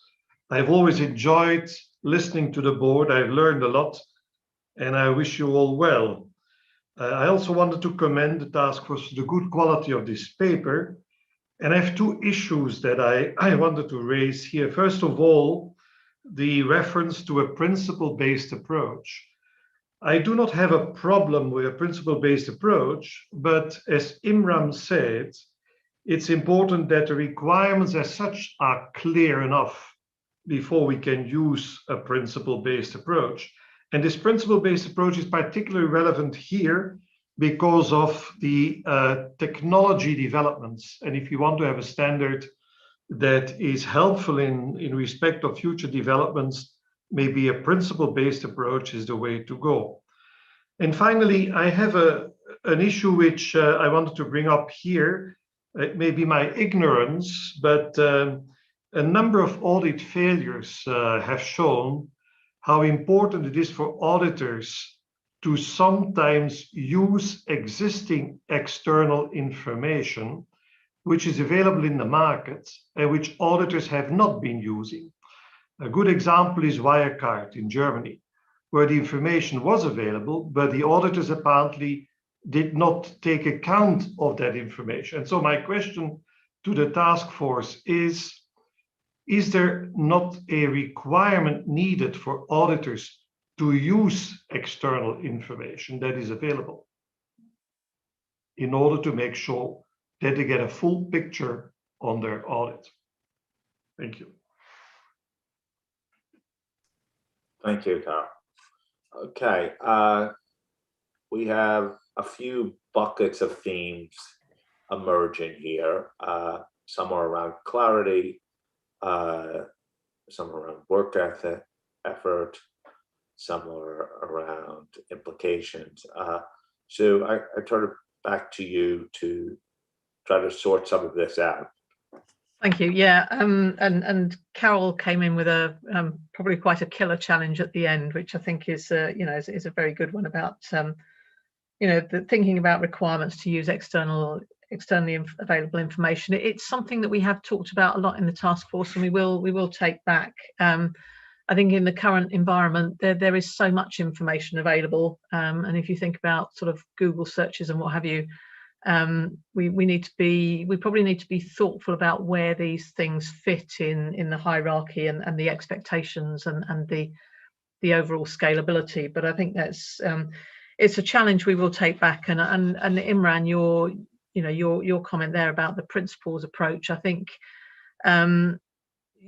where we are in the current environment, as I think Carol said, is there's so much technology, so many information sources that we are in a position where the distinction can be blurred about the different types of information and things. So we have tried to keep at that higher level, but I do, I take the challenge. It's something we will take away. We also had the steer, I think, from the group about not wanting to be in a kind of checklist position that we need to think about. So but I think as Tom said there, we've had a lot of a lot of very, very good feedback. I think we've got support on the general direction in some areas, with some very very fair challenges around how we express perhaps the requirement, and some suggestions from people on wordings.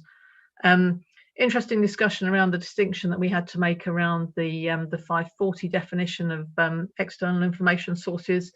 And I think as we go forward, we will look at the work effort. We haven't done that yet, so we're not. So I think it was Julie and Josephine who asked the question about the work effort. I'm not sure what the answer is, but if the work effort ends up being similar, then that may mean that we can go down a less complex route. And I think, Isabel, you also made suggestions there. I think a couple of the early comments, I think both Diane and Josephine referenced the accuracy and completeness of information produced by the entity. Again, this is one of these tightropes that we're trying to balance, because if we think back to the discussion we had as a board around technology, there was consideration there about the fact that accuracy or completeness might have different shades of what's needed for the particular purpose. So maybe different considerations there. So just going back through the other notes, I think Julie and Roger both made a Julie made a point which I think references back to where Roger started earlier on about the considerations of relevance and reliability. So we'll take that one back. I thought the interesting feedback on the accessibility, availability, understandability pieces, and we'll certainly take that back, and that challenge about making sure that the auditor is being sufficiently robust in asking for things or challenging things or trying to get to a position of understanding things is important. So I think there's a lot for us to take away and reflect, but I think also it's probably fair to say that we've done a lot of work on the factors and things, and I think whereas last time there was a lot of concern about this landing in checklist territory, I think what I'm hearing is that this seems to be meeting the needs a bit more. So I think that probably summarises where we are on this round, Tom, if that's okay with you. I think that any further comments on this section? It was questions 3, 4, and 5, and reaction. Okay, I think we're ready to go on to the Josephine. I see your hand. Sorry, I just had a question. So, do you want us to comment on the proposed change to paragraph 6, or is that just all really built into whatever comes out of your considerations around the other feedback? I think if you're happy to maybe sort of pass it through, or we'll take it into account if that's okay. Yeah, thank you. Thanks. Okay. Okay, we're going to go into the lead up for question 6 right now. Susila, turn back to you to introduce question 6. Thank you. So here we are looking at the sufficient appropriate audit evidence and persuasiveness of audit evidence, and so this again is building on some of the work we did in December. So the task force went away and considered the things that the auditor would think about when considering whether the auditor has sufficient appropriate audit evidence. And we looked at particularly paragraph A62 of ISA 330, which describes the factors that influence the judgment, and other references to the concepts of sufficient appropriate audit evidence and persuasiveness of audit evidence that are throughout the ISAs and the factors that influence these. So, for example, the task force noted in the discussion in 200 about reducing risk to an acceptably low level in order to obtain sufficient audit evidence, that there we've got audit risk linking to detection risk, and ISA 200 explaining that detection risk is a function of the effectiveness of an audit procedure and its application by the auditor. So based on the work that we did, we've observed 3 sort of broad categories of things that drive the auditor's consideration. The first category is the assessed risks of material misstatement and the results of the audit procedures. And that's really the measure against which the audit evidence is evaluated to determine whether it is sufficient and appropriate. So the nature of the risk, the reasons for the assessment, and the assertions all affect the strength or how much of the evidence that you need. The next category is the information to be used as evidence, and that includes the relevance and reliability of the information, so the input, and the source of the information. So, for example, information from a single highly reputable source may in itself be sufficient appropriate evidence. And then the third category is the effectiveness of the audit procedures and whether the procedures have been appropriately applied. And this links to the discussion in ISA 200. So audit procedures that are more effective produce more persuasive audit evidence. It could be the type of audit procedure, it could be when it is performed, the extent of the procedure, and whether it was appropriately applied. And we've got an example in the issues paper where, if you've got a more senior engagement team member making inquiries of management's assessment of going concern, they may get more persuasive evidence because they may be more experienced in responding to what is put forward. So if we can take the next slide, please. So based on the factors in the previous slide, that led us to think about the definitions of appropriate evidence and sufficiency of audit evidence. And since those factors drive the auditor's thinking, we really thought about whether and how those factors should be included in the definitions. We explored two different approaches. Firstly, being more specific on the definitions that list the factors there, or secondly, more overarching definitions. And the task force agreed that the overarching definitions were the preferable way to go, because although the factors in themselves are comprehensive, there could be other factors that come into play that, because of changing engagement circumstances or future evolution. And the other thing that came into play very strongly, and my thanks to Sachiko on this one, was translation, because we were playing with a lot of very nuanced words that don't necessarily translate really well. I think it's also important to note that the definitions of sufficiency and appropriateness don't exist alone. In the extant standard, they're very highly interrelated, and that continues to be the case. So if we look first at appropriateness of audit evidence, the two factors that the task force thinks link the appropriateness of audit evidence, thinking about the categories we just looked at, are the information to be used as audit evidence, which was the category 2 earlier, and the effectiveness of the audit procedures, so the category 3. The task force felt that the term quality, which is in the extant definition, doesn't fully encapsulate the two categories, particularly the category 3. So they proposed using the word suitability rather than quality. In relation to sufficiency of appropriate evidence, the task force, and this is backed up by feedback from the CAG discussion and the SMP advisory group, is of the view that the extant definition places too much focus on quantity. So the existing definition may suggest that just getting more of the same is maybe a good thing, but I think it may not be sufficient in all circumstances. Sufficiency in itself is very dependent on the appropriateness of the audit evidence. So a really strong piece of evidence from a highly reputable source may be sufficient on its own. So in our view, the auditor really has to look at how appropriate the evidence is when thinking about whether it's sufficient. So for that reason, the task force believes that the definition is not so much about how sufficient the audit evidence is, it's how sufficient the appropriate audit evidence is. In other words, the auditors thought about the appropriateness of the audit evidence before thinking about whether it's sufficient. So in considering about how sufficient the appropriate evidence is, the auditor would think about whether it's persuasive in reducing audit risk to an appropriately low level. And the risks of material misstatement and the results of the procedures that influence the level of audit risk, therefore, are the lens with which the auditor looks at sufficiency of appropriate audit evidence in the context of the risks of material misstatement. So that was category 1 on the previous slide. So the definitions have been revised to reflect that thinking there, particularly referencing about sufficiency of appropriate audit evidence, and you've got those in the papers.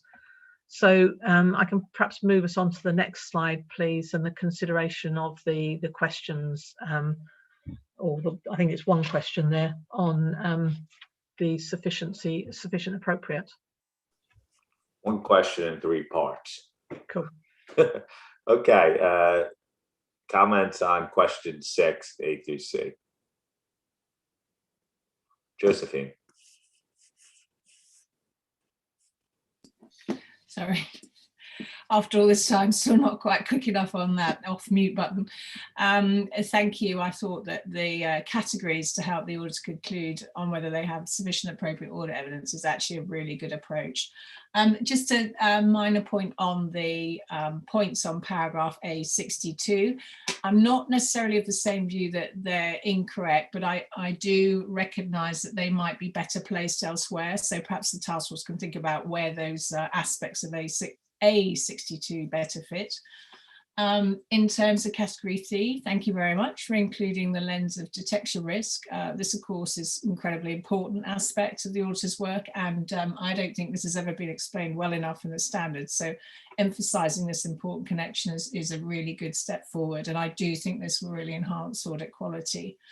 And notwithstanding my earlier point about not getting confused with overall responses when we're talking about response to financial statement risk.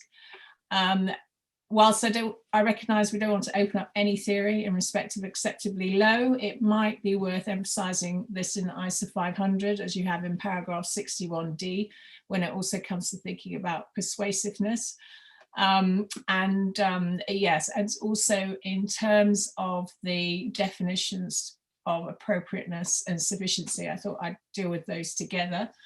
As you can probably imagine, this generated a lot of feedback, slightly consistent with what I've said before, that we shouldn't really be making changes to these definitions and focus instead on addressing challenges of whether sufficient appropriate audit evidence has actually been obtained, which you know, the other parts of the issues paper are examining very well. There wasn't any support for the inclusion of the measure of pervasiveness in the revised definition of sufficiency.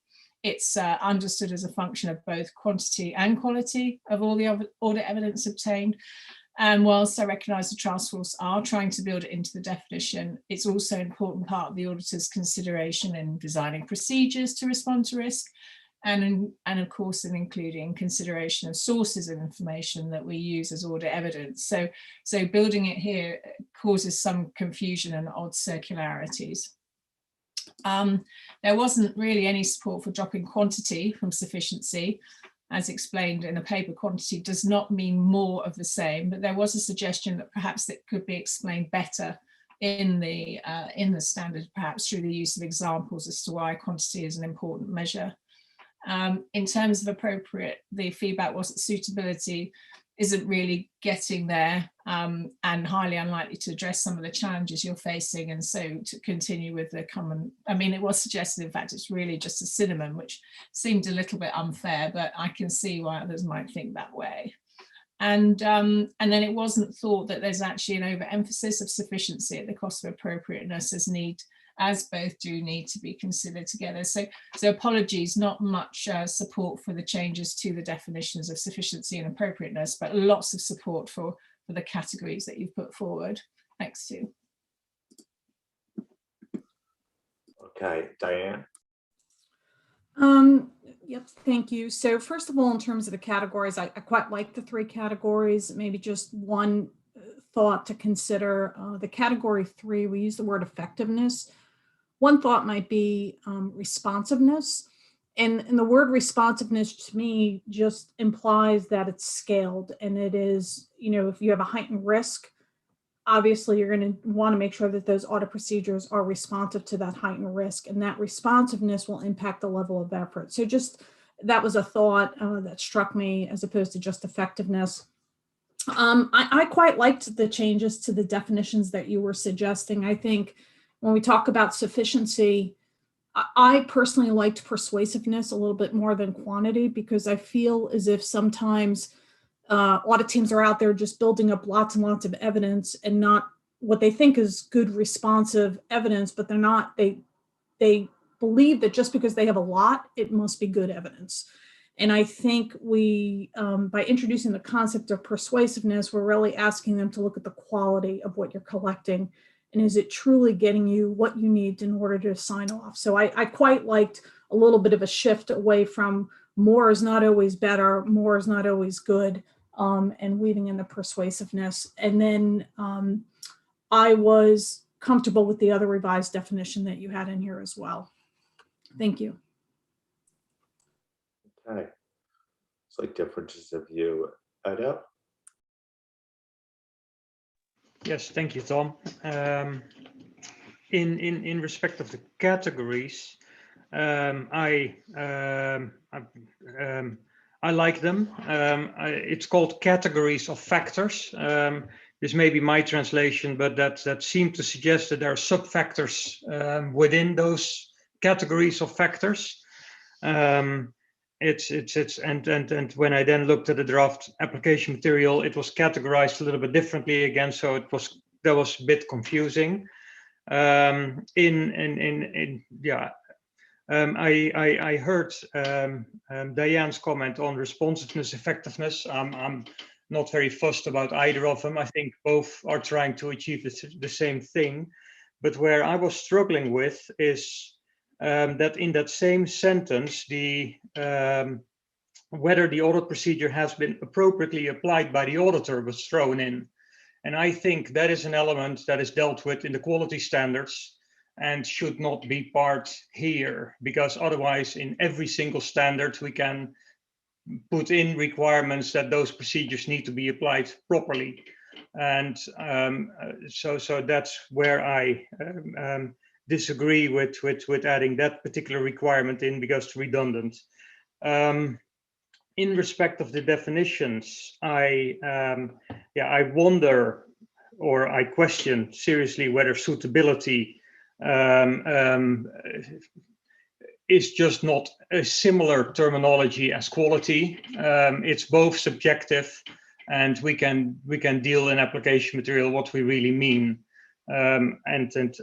I don't think that moving that or replacing that terminology will move the needle. Because I also think that both could very well encapsulate those two factors in paragraph 66. When it comes to the sufficiency, I like persuasiveness in there.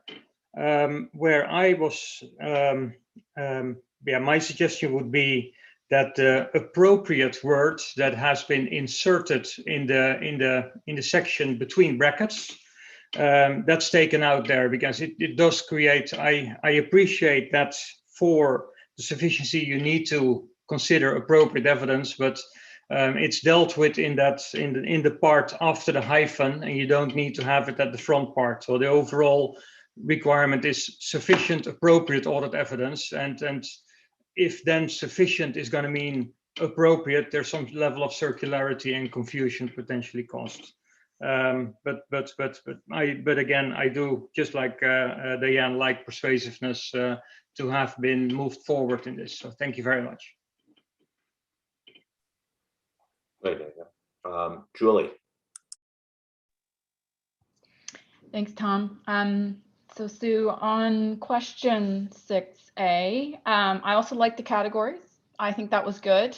I did question about category 3 and how we might measure effectiveness of the audit procedure, and maybe Diane's suggestion helps me get there a little further when we talk about responsiveness. So that seemed like maybe a path that the task force could consider, but overall I like the categories. On 6B, I guess my mind immediately went to, if we use suitability, are we going to have to define suitability? And then if we define suitability, are we just back to quality and quantity again in some respects? So I appreciate where the task force was trying to head with this, but I guess on balance, I wasn't sure that would get us there, because I do feel like we'll be back in trying to define suitability. And if we define that, we may be back where we are. So I guess my preference would be to stick more to, our current definition of appropriateness. And then I really like the change you made in the definition of sufficiency. I like the inclusion of persuasiveness and how you have that laid out there. So I was in broad, good support for what you've done for 6C. Thanks. Thanks, Julie. Next is Yash. Thank you, Chair. Question 6, about the consideration of persuasiveness. Based on my understandings, the concept of the persuasiveness includes both quality and quantity, I think. So I do not agree that correlation between sufficiency and appropriateness is no longer maintained.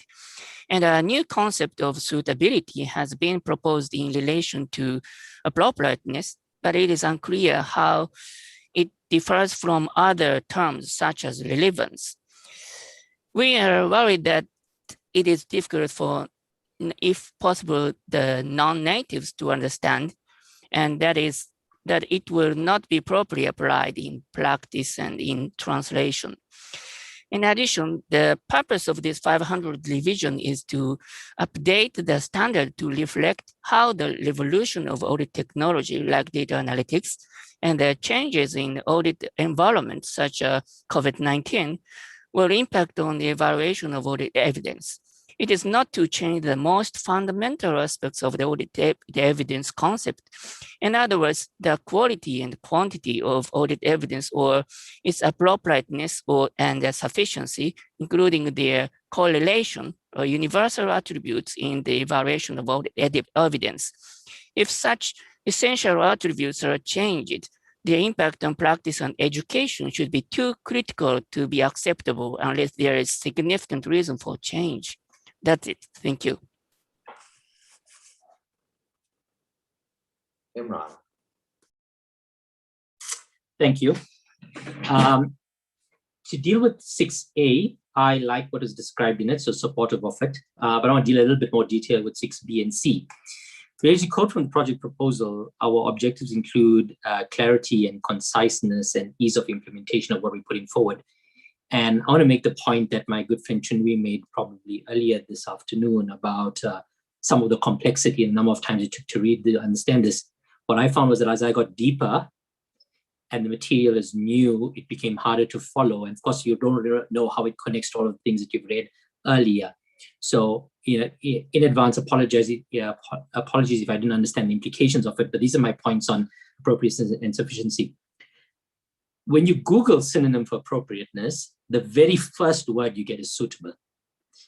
And so I can't understand how such a material change to a definition can have any impact on how we think about evidence or the audit effort in relation to evidence. So I'm not entirely sure what need this is solving. And of course, suitable is quite a weak synonym in the context of an audit compared to appropriateness. It doesn't explain appropriateness. I think it weakens it in some ways. And of course, it removes the concept of quality entirely from it. And so there's very little support for that idea. Around the definition of sufficiency, I really thought, okay, so if quantity is being deleted here, they must have moved it somewhere else. How can such a high priority issue somehow be absorbed into this word that is described as persuasiveness? And so I think I've heard others say this, that more is not always better. That's why persuasiveness is a better word. Well, you know what our critics would say? Our critics would say in those circumstances, well, then why not use both descriptors? Because more is a real need. And if persuasiveness is a need, then incorporate both into the definition. And they'd call our bluff by asking us to do that. They'd say to us that if you believe genuinely that persuasiveness is a better description and it absorbed quantity, well, keep quantity in and use persuasiveness as well. And then say we've actually pushing the envelope in respect of what sufficiency of evidence means. Alternatively, we are going to have some material, not hidden away in the application, but really upfront, then to explain what this persuasiveness word means. The way Yosh just did this now. Yosh provided a 2-3 part explanation for it, and that's a kind of material that's going to have to find its way into the main body of the standard. My worry is that sufficiency, in my mind, is not one of the synonyms that I would have taken to replace quantity. And so, this idea that quantity is non-negotiable and that replacing it with persuasiveness, my worry will give us less. Will give us less in this area, and will give it to us with greater subjectivity. Thank you.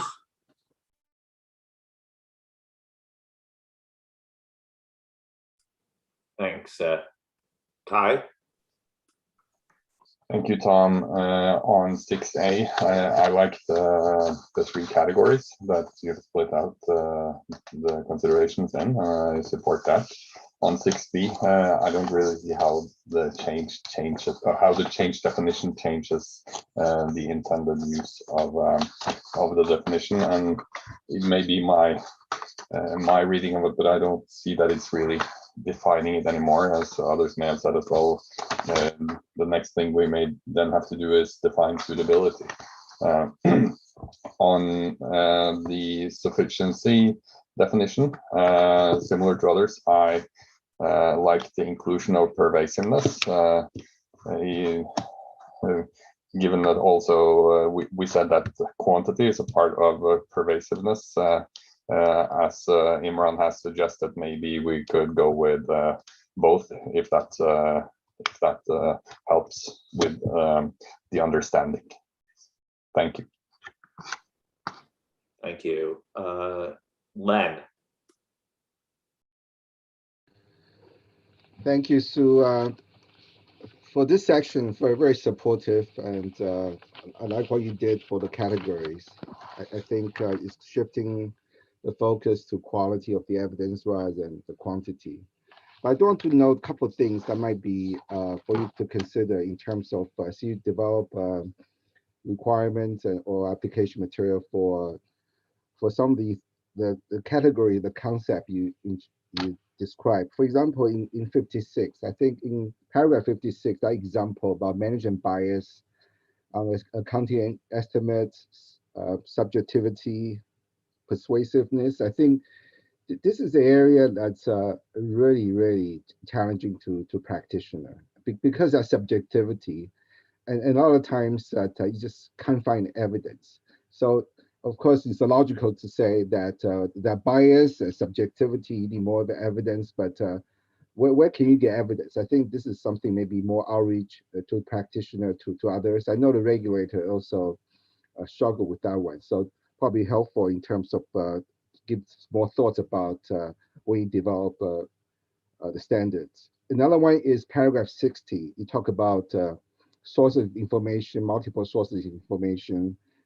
And in a later paragraph, you talk about combination of information from different sources, maybe, strengthening the evidence and whether the information is consistent.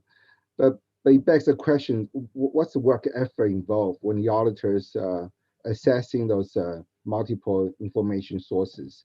Do you go through all the criteria, the principle-based attributes you established earlier in the standards? And also perhaps consider the PCAOB guidance in the third party pricing source in terms of what PCAOB has done in that section, where that's fit for purposes for ISOs. And on two definitions, the first one on the appropriateness of all the evidence, I kind of agree with Julie. I'm not sure I like the word suitability, but if you have to stick with that, I think the explanation you have in paragraph 66, A and B might be helpful as application material.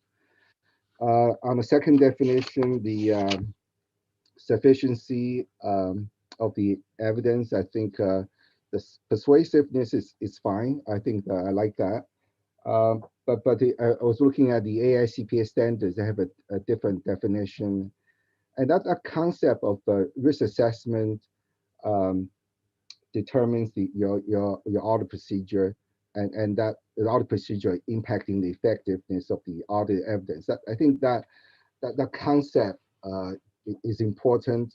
Whether you want to put that back or not is a different question. I think maybe it can be addressed in the application material when you explain that definition. So with that, very supportive, and just a couple of comments on the definition for you to consider. Thank you. Thank you, Len. Isabel? Yes, thank you. I will comment on B and C.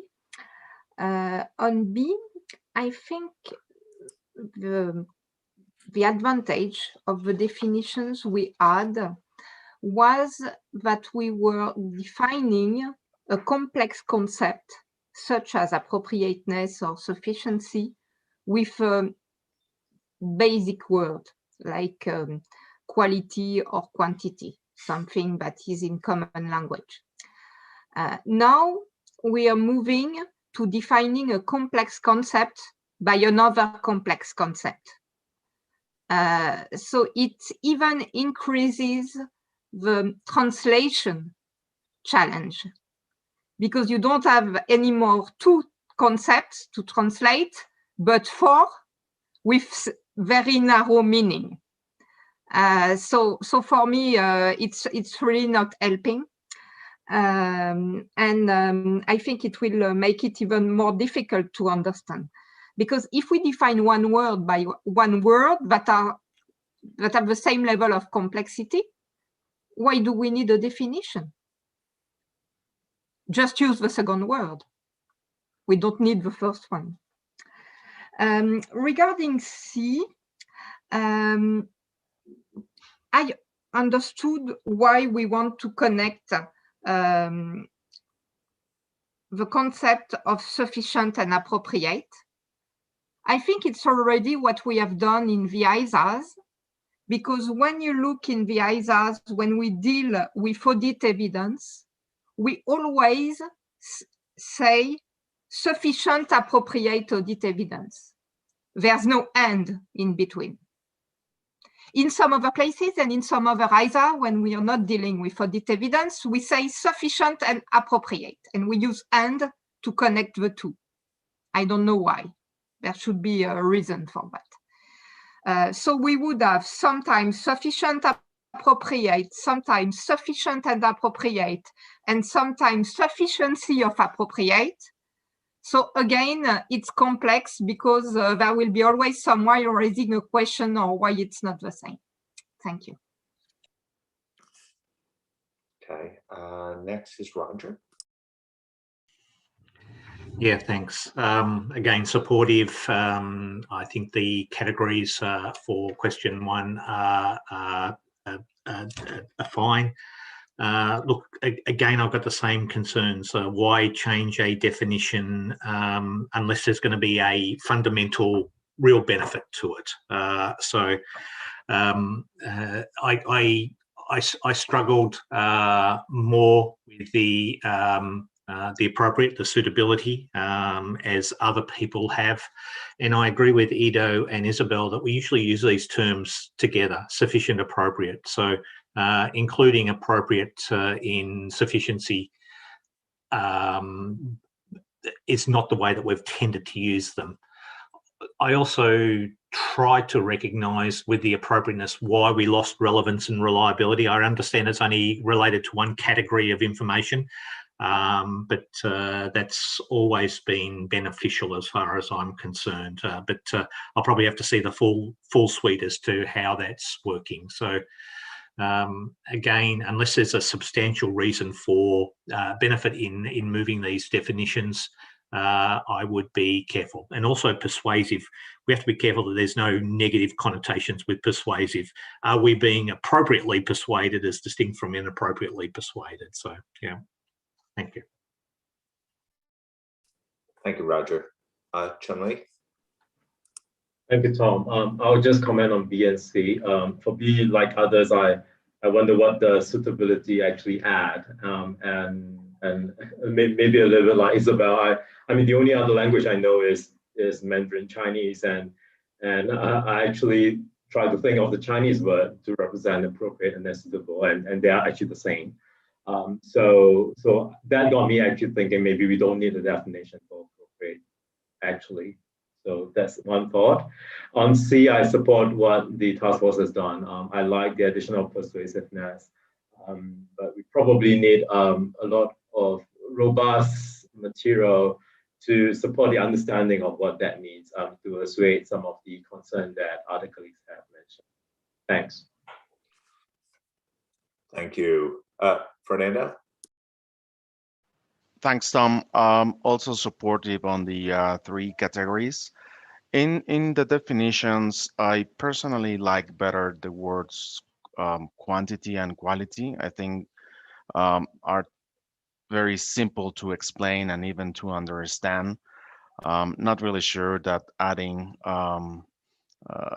suitability and appropriateness, it really helps or makes a change in what I have to do every day.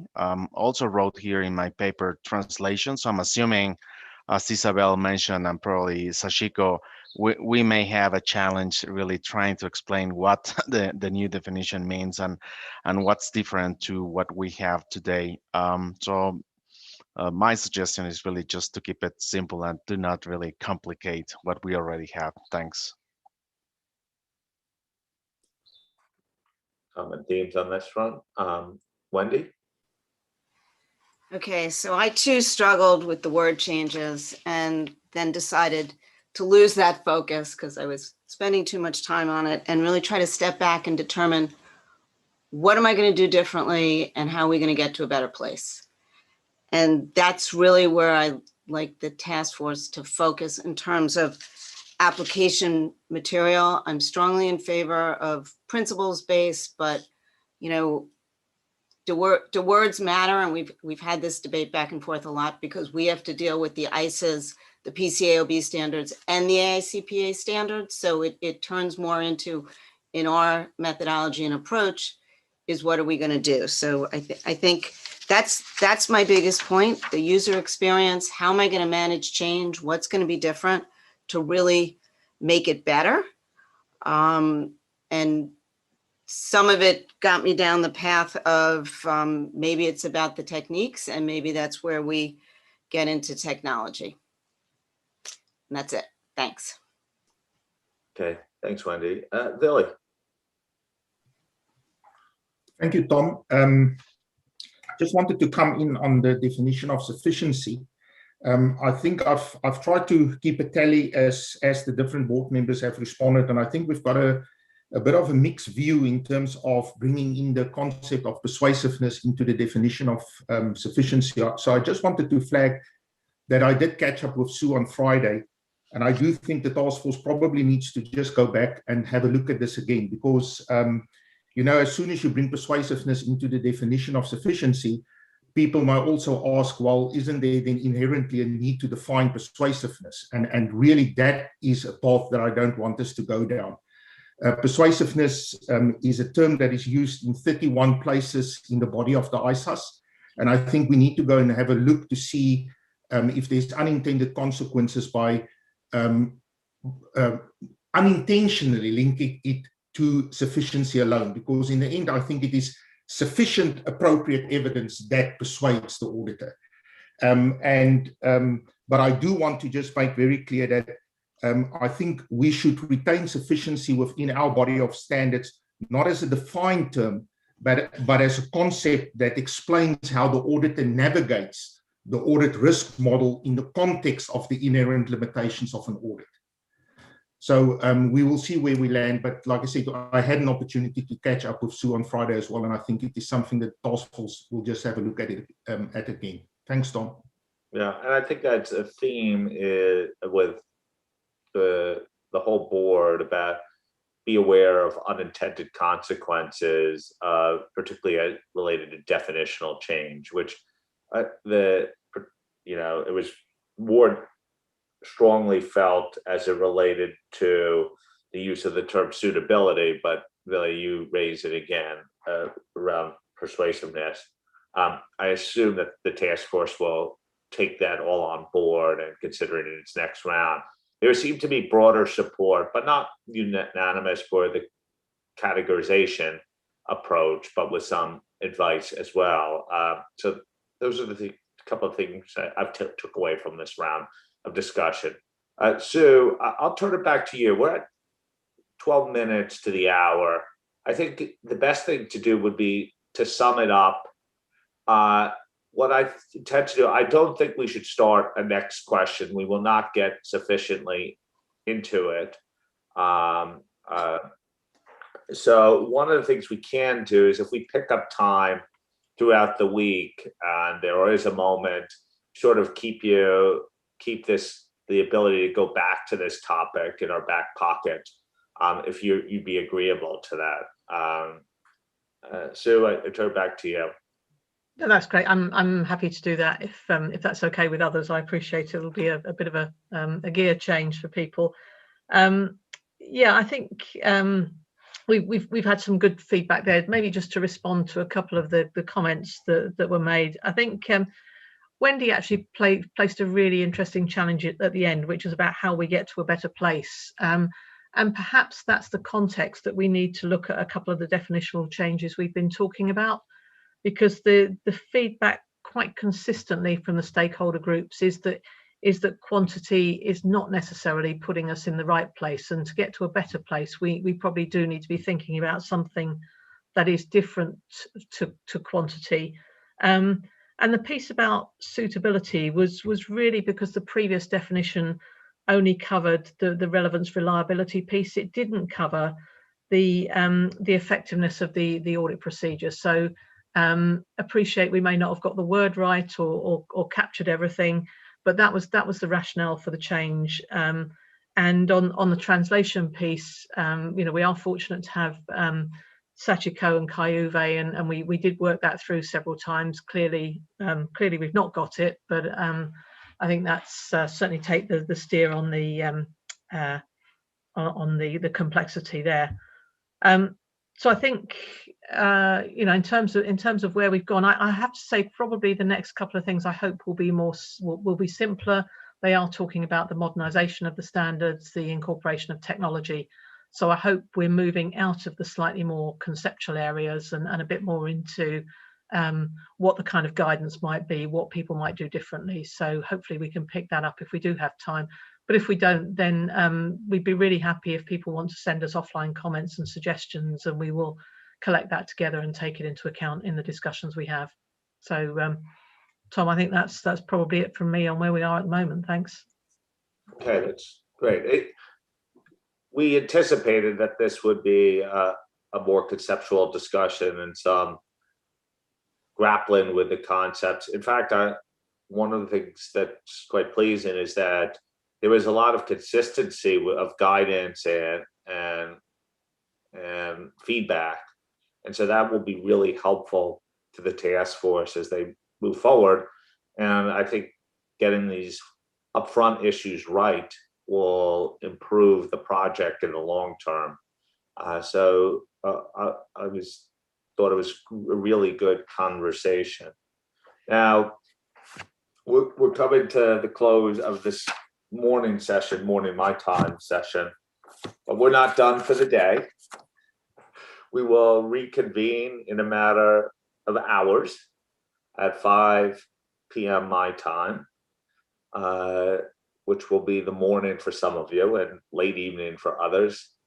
And the focus will be EER assurance. I don't know, Lynn, if you want to give any preview for this evening's discussion. Tom, I think I'll leave it for later in the morning when I'm more coherent. Thank you.